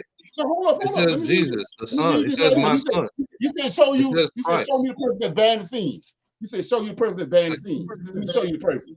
Let me show you the person that's bearing the sin. But you know, like I said, you're not gonna that receive bore it. that bore the transgressions of everybody. Yeah, right. Yeah, I'm gonna show it to you. Israel got a system in place, whether you know it or not. So look at this right here, verse Numbers chapter 19. So and the Lord spake to me. Look at this. Go, let me know when you get it. I didn't hear the verse. Chapter 18, verse 1. Let me know. What book? Numbers chapter 18, verse 1. Numbers 18 and 1. Okay, so this is a system he set in place. So the Lord spake unto Moses, right? And said unto Aaron, saying, this is the ordinance of the law, which the Lord hath commanded, saying, speak unto the children of Israel, that they bring thee a red heifer without spot, with wherein no blemish, and upon no, that ain't it. It's 18, chapter 18. I'm in the wrong place, my bad. Chapter 18, verse 1 says, and the Lord said unto Aaron, thou and thy sons and thy father's house. This is Isaiah 53. Or the house shall bear the iniquity of the sanctuary, brother. And thou and thy sons with thee shall bear the iniquity of the priesthood, not your house side. Come on. Is David a priest? All this was Is David a priest? No, yeah. Was David a priest or did he use priest? It ain't about David. It's Aaron, bro. This is Aaron. This is two. Okay, you're going in and out. It's two anointed ones. You got Aaron and David. So he's telling them right here. The Lord said unto Aaron. He got a covenant with Aaron too. Just like he got with David. He said, thou and thy sons and thy father's house. Aaron's house. Somebody got their mic on. They got their thing on, bro. You got to close it up. Okay, yeah. Said, and the Lord said unto Aaron, thou and thy sons and thy father's house shall bear the iniquity of the sanctuary, and thou and thy sons with thee shall bear the iniquity of the priesthood, and thy brethren also of the tribe of Levi and the tribe of thy father bring thee with thee, that they may be joined unto thee and minister unto thee, but thou and thy sons with thee shall minister before the tabernacle of witness. So, but that's still for. But no, but that doesn't fit it though. But it doesn't fit it because go back and read it. Go back and read Isaiah 53. No, listen, and this listen to what I'm saying. Listen to what I'm saying. I hear what you're saying. I do understand what you're saying. But when you look at what that's saying and how it is that they actually bore the sins, they didn't bear the sins by actually taking on anything. They bore the sins by performing something. That's how they bore the sins. Because that's true. But that's true. That's facts. That's no getting around it. That's how they bore the sins. And so if you look at Isaiah 53 and at what it actually says about what this person did, hold on. Who believe our report? When you read, who believe our report? And whom is the arm of the Lord revealed to? Who is it revealed to? The Levites, brother. Everything you read, everything you do is elementary. Yeah, and how one man is going to carry everybody's sins on the cross. That's elementary, bro. That's elementary. You know what I'm saying? I gotta tell you, that's elementary. If you dealing with JC after all this information, then that's elementary. Come on. Well, here's the thing, but you asked me who got iniquity. I just read to you what Moses, the lawgiver, and Yahweh and all them said. The Levites bear iniquity. They bore the insignias by performing a ceremony. That's how they bore the iniquities. Okay, hold up. But that's so what was the? Hold up. Let me ask you a question. What was the sin? Okay, we know that in Deuteronomy chapter 2, when the Israelites came into the land, the Canaanites, all these giant nations was in the land, and he removed them. That's where the Lord of hosts dwells at. Yahweh got his own dwelling place in heaven. So this angel dwells. Can you mute your mic? This angel dwells in Canaan, in the land of Israel. That's where the angel would dwell at. So those Canaanites were sacrificing their children, human blood. So that's why he brought the Israelites there to displace them. So how you gonna send a son and shed human blood? The God is over Israel except animal sacrifices. You don't deal with no human. That ain't nowhere in the Old Testament. That's elementary, bro. Come on. I would ask. But that's also why. Okay. Did that system end, Brother Leonard? The sacrificial system. No, no, that's what it Esau didn't got you end. thinking. That's what Esau got you thinking it ended. Because every So time they come okay, back, okay. So I want to ask a question. Go ahead. I want to ask a question. Go ahead. So the sacrificial system is still good for today, right? That's what you're saying? No. So he said he hid his face from us. No, hold on. I'm explaining. So he hid himself from us. The Lord of hosts hid himself. How? He took away we got flocks and herds. We shepherds. So he took away the animals. So we can't sacrifice him. He took us out the land. But he says in the last days he's gonna bring us back to the land with what? Flocks and herds to start back sacrificing to him. That kills So all I'm the talking New Testament. That kills the New Testament, bro. I'm talking about for today. If we sin today, how do we get forgiven for our sins? Let me finish. Yeah, go ahead. Let me finish. Go now ahead.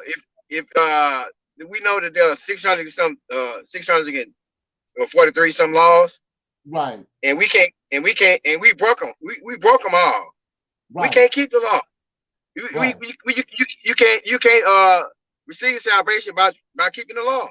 So hold up. That's what I'm saying. Right, I understand what you're saying, but this is where you missing it at. We can't keep the law. We can't sacrifice. Let's stop because he discontinued what I told you. Gabriel told him that the nation of Israel coming to an end. That's how he hid his face from us. So we can't sacrifice him. He kept on presenting himself to us, and we kept on disrespecting that. So he cast us off. We in a position now where he cast us off. But he promised us in the last days he's gonna return to us. We're gonna look in the scriptures. What no New Testament? He said you're gonna go in the scriptures to tonight and find him. And that's what we did. I understand that, but I'm just saying, as far as today, we live in 2023. Yeah. If we sin today, if a person dies, if a person want to be forgiven for their sins, you're gonna need a sacrifice according to the Old Testament, right? Right, exactly.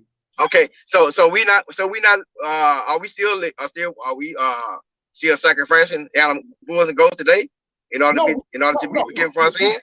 Right. Listen to what I'm saying. We cast off, brother.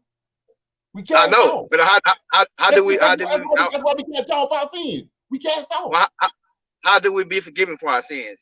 I'm talking. This is not. We're in a period right now where we cast off. But he said he's gonna return, bro. That's what I'm saying. We can't do ain't nothing we can do about our sins. Because we cast off, we don't have a law, we don't have nothing. Okay, so you telling me that it's nothing we can't be forgiven for our sins, right? Not the position we in now, no.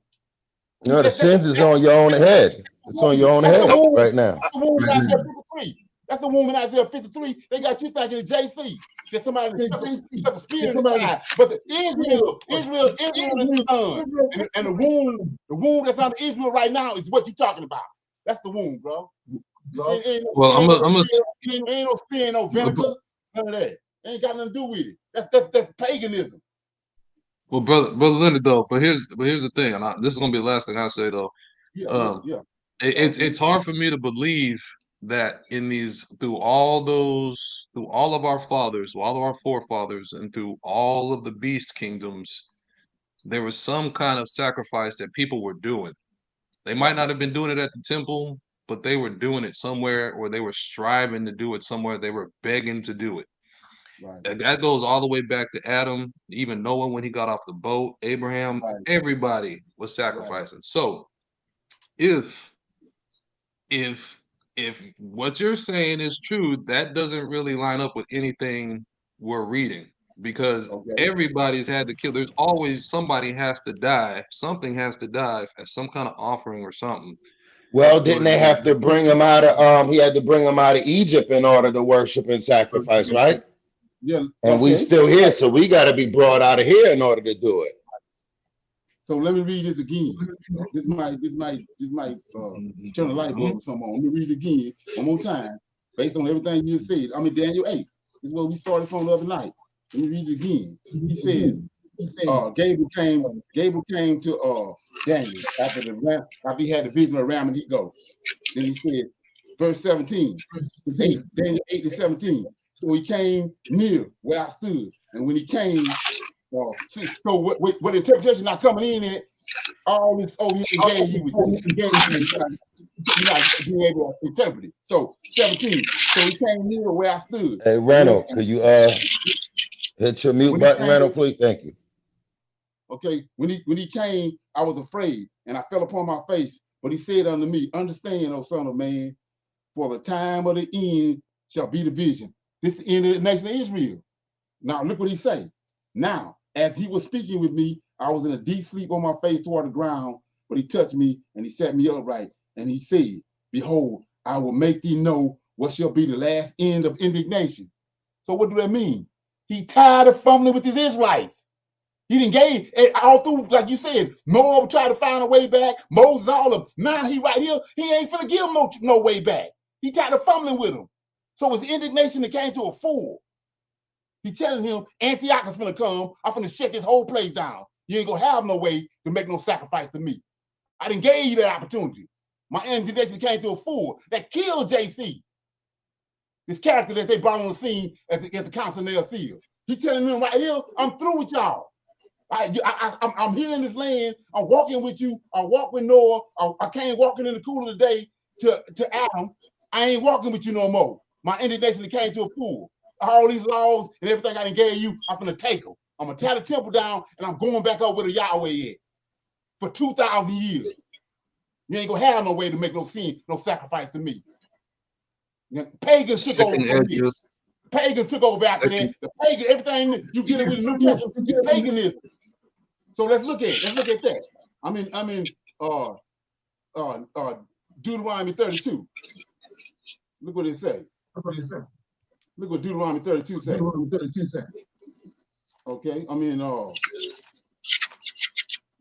32 and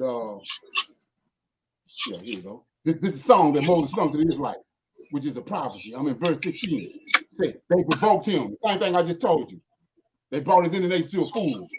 They provoked him to jealousy with strange gods. JC, one of them. With the abominations, they provoked him together. They sacrificed unto devils, not to God, to gods whom they knew not. New gods, right? New Testament. They came newly up, whom your fathers feared not. Of the rock that begot them, the Lord of hosts that begot thee, thou art unmindful of it, and hast forgotten the God that formed thee. See that? He's telling you right there. Here, Deuteronomy 28 tell you again, it's like same manner. Deuteronomy tell you, says, let me get it. Worship in wood and stone. 28:64. And the Lord shall scatter thee among all people from one end of the earth. This before the New Testament and before the Greeks came on the scene, the Romans came. It says, and the Lord shall scatter thee among all people from one end of the earth even unto the other. And there you shall serve other gods, bro. We in captivity. We in captivity. Man, he said, why you on here? You ain't gonna serve him. Other gods, which neither thou nor thy fathers have known. But we going back, putting JC with Jeremiah and all them. I'm telling you right here, they don't know them. No, but we're not though, brother Leonard. Brother Leonard, it's not us though. It's prophets like Ezra's that's putting Jesus in it because Jesus. No, you got that one scripture, boss. You got that one scripture. We've been no. Hey, man, listen. You ain't talking about wood and stone. Wood and stone. You shall worship wood and stone. Who's worshiping wood and stone? Hey, JC was on wood, wasn't he? Was it a cross? Was it a cross? Y'all are talking about the wrong kind of Christians. Ain't no Christian that I associate with, no Hebrew Israelite I associate with, have anything to do with that cross or a fish or anything like that. No, it ain't but one Christian. They got CHRIST on the front of Christian. It ain't but one Christ. His name is Yeshua. His name is Yeshua HaMashiach. That's what we call him. Yeshua HaMashiach. That is his name. And if whether he's black, it's written, that's what we gonna see. And just whether like he's black or white, he died on a cross. That's your wood. And you got Muslims that deal with the Kabbalah stone. I mean that big stone over there, wood and stone. So So I'm hoping everybody gonna do some reflecting on this conversation. So I don't know if y'all know it or not, but on Friday nights, we got this the line is a conference call line 712-775-7031. You know, the contact number is the code is 110213. We be on at 8 o'clock. If y'all want to check it out. Did you get that number? No, I was gonna say give it to me again. I'm looking for a pen. 712-775-7031. Again, the code is 110213. Just call that number. The code in there. You come into the line. That's every Friday. All right. I want to say shalom, Mr. Leonard, and shalom, everybody. And we got to get right, you know. Yeah. We just. I mean, you may seem like I ain't listening, but I'm listening. But like I said, the way you deal with scriptures is they present it, then you got to let them ferment. That's how that works. Hey, Brother Leonard, I want to ask you a question before you go. Yeah. How was Abraham saved? You know what, bro? I'm glad you asked me. Let me show you something. I'm glad you asked me this. So check this out. This in the book of Jasher.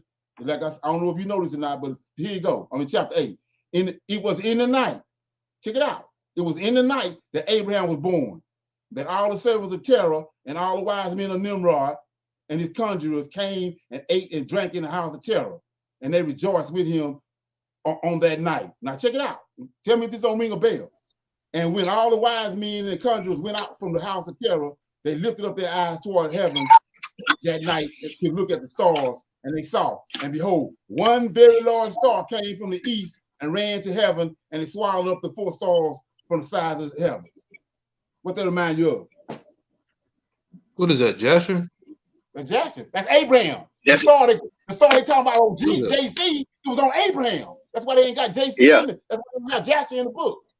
They took that and put it on JC after they concocted it. Come on, bro.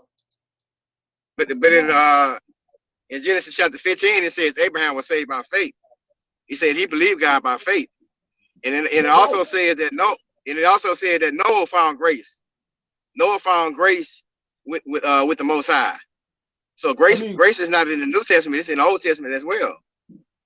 Right. But I mean, I said, it's no different. It's no difference with grace than what I just showed you. The star, when Abraham was born, the star was over him. Now, the average person that don't know nothing about the book of Jasher, they believe the star was with Jesus. So it's the same thing with grace. It's typology. Like I said, Moses was born, they was killing little boys. So to bring JC in the story, to make you believe it, now Herod killing little boys. That's typology. That's wickedness. Come on, bro. Yeah. That's the only reason you believe in JC, because of this tricks that he used. That's the only reason you believe in it. That's the only reason you believe in the story. So the last question. Okay. Is there eternal judgment? Is there eternal judgment for people that don't repent of their sins? Yeah, but it's not tied to JC. Everything you're saying is true, but it's not tied to JC. Like we just read, they're gonna give you another God. Psalms 83 tells you that they're gonna give you another God. And how is it? How are you gonna look? He's gonna look and they're gonna duplicate our God. He's not over sin. We saw where in Zechariah chapter 3, the angel came down and told Joshua, I done removed all your sin. So if the angel, who more powerful? The angel ain't gotta die. Nobody gotta kill him. Nobody gotta put him on the cross, put no vinegar in his mouth. He told Joshua, your sin is removed from you. So who more powerful? Come on, bro. Like I said, I'm just asking questions, brother. It's all good. You know what I'm saying? Oh, yeah, it's all good. I get hyped, man. Excuse me. Yeah, I understand. It's all good. I'm just asking questions. Yeah. I just want to know your. Yeah, it's all good. And I'm not I, trying like to. I ain't just jump here. I ain't just jump. You know, I ain't just jump where I'm at. Believe me, I got a big story behind this, and it's, you know, yeah. So I just share, you know, the people that you know who side Hey, put it. hey, Leonard. Yeah. Leonard. Yeah. Yo, Leonard, can you hear me? Yeah. Who that? It's Taylor, man. Taylor? Yeah, can you hear me pretty well? Yeah, I'm trying to figure out. Okay, okay, yeah. Okay, I got something I want you to check out, man. When you get a chance, man. Enoch chapter 40 talk about the Most High's four angels, which is Gabriel, Michael, Raphael, and Funel, and it all gives a description of what their only specific job is.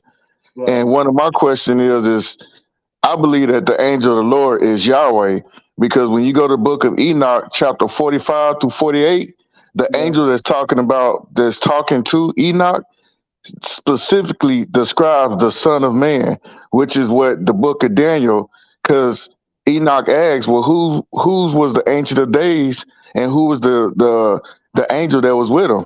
And that angel that told Enoch said that is the Son of Man.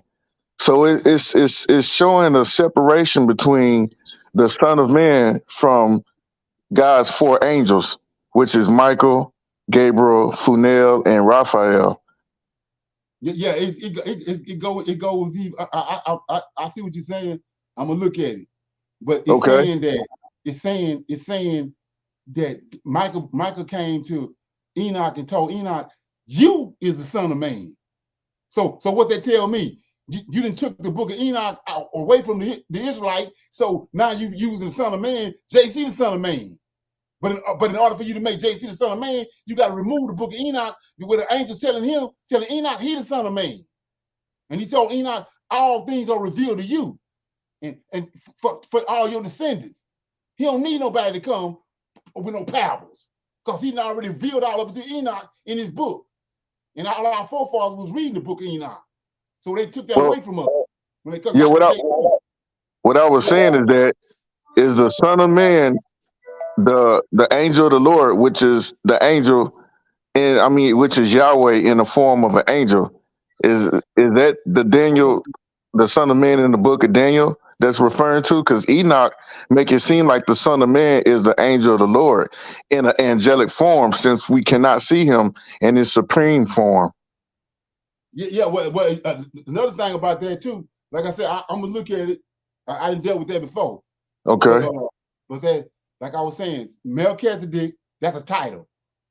Satan, that's a title. These beings, they got names, but that's a title that's on that being.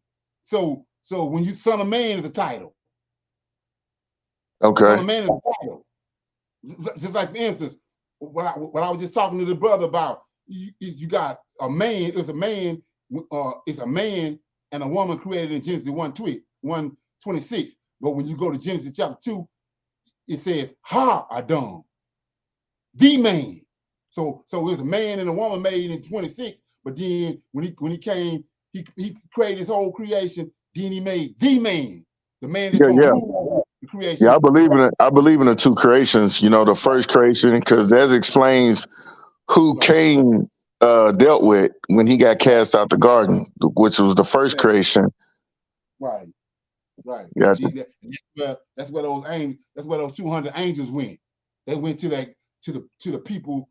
They was given they was watchers. They was to watch the creation, the man, Genesis 1:26. Them people that had multiplied, because it was 2 days, it was 2,000 years later when he made Adam.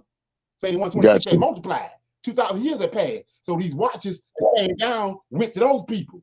He got these 7 angels that's over Israel, over Adam's descendants. But to allude to what you were saying, Ezekiel chapter 1, it's 4 angels in that cloud. Remember we talked about that? Yeah. Yeah, same 4 angels you talking about. That's the same 4 that's in the cloud. When Ezekiel saw the cloud coming enfolding itself, it's 4 living creatures. It was Yahweh in there and 4 living creatures in there with him. Okay, okay.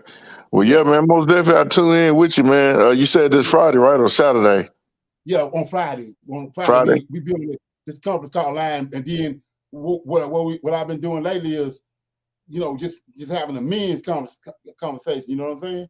And Already. so I just call it. I just call a meeting, and then you already have his number. You know to come in on his number right here. Bet. Well, all right, man. I'm gonna let you go, man. I'm gonna tune back in Friday. Okay. Bet. Yeah. All right, shalom there, Leonard. All right, shalom. Yep. Yeah.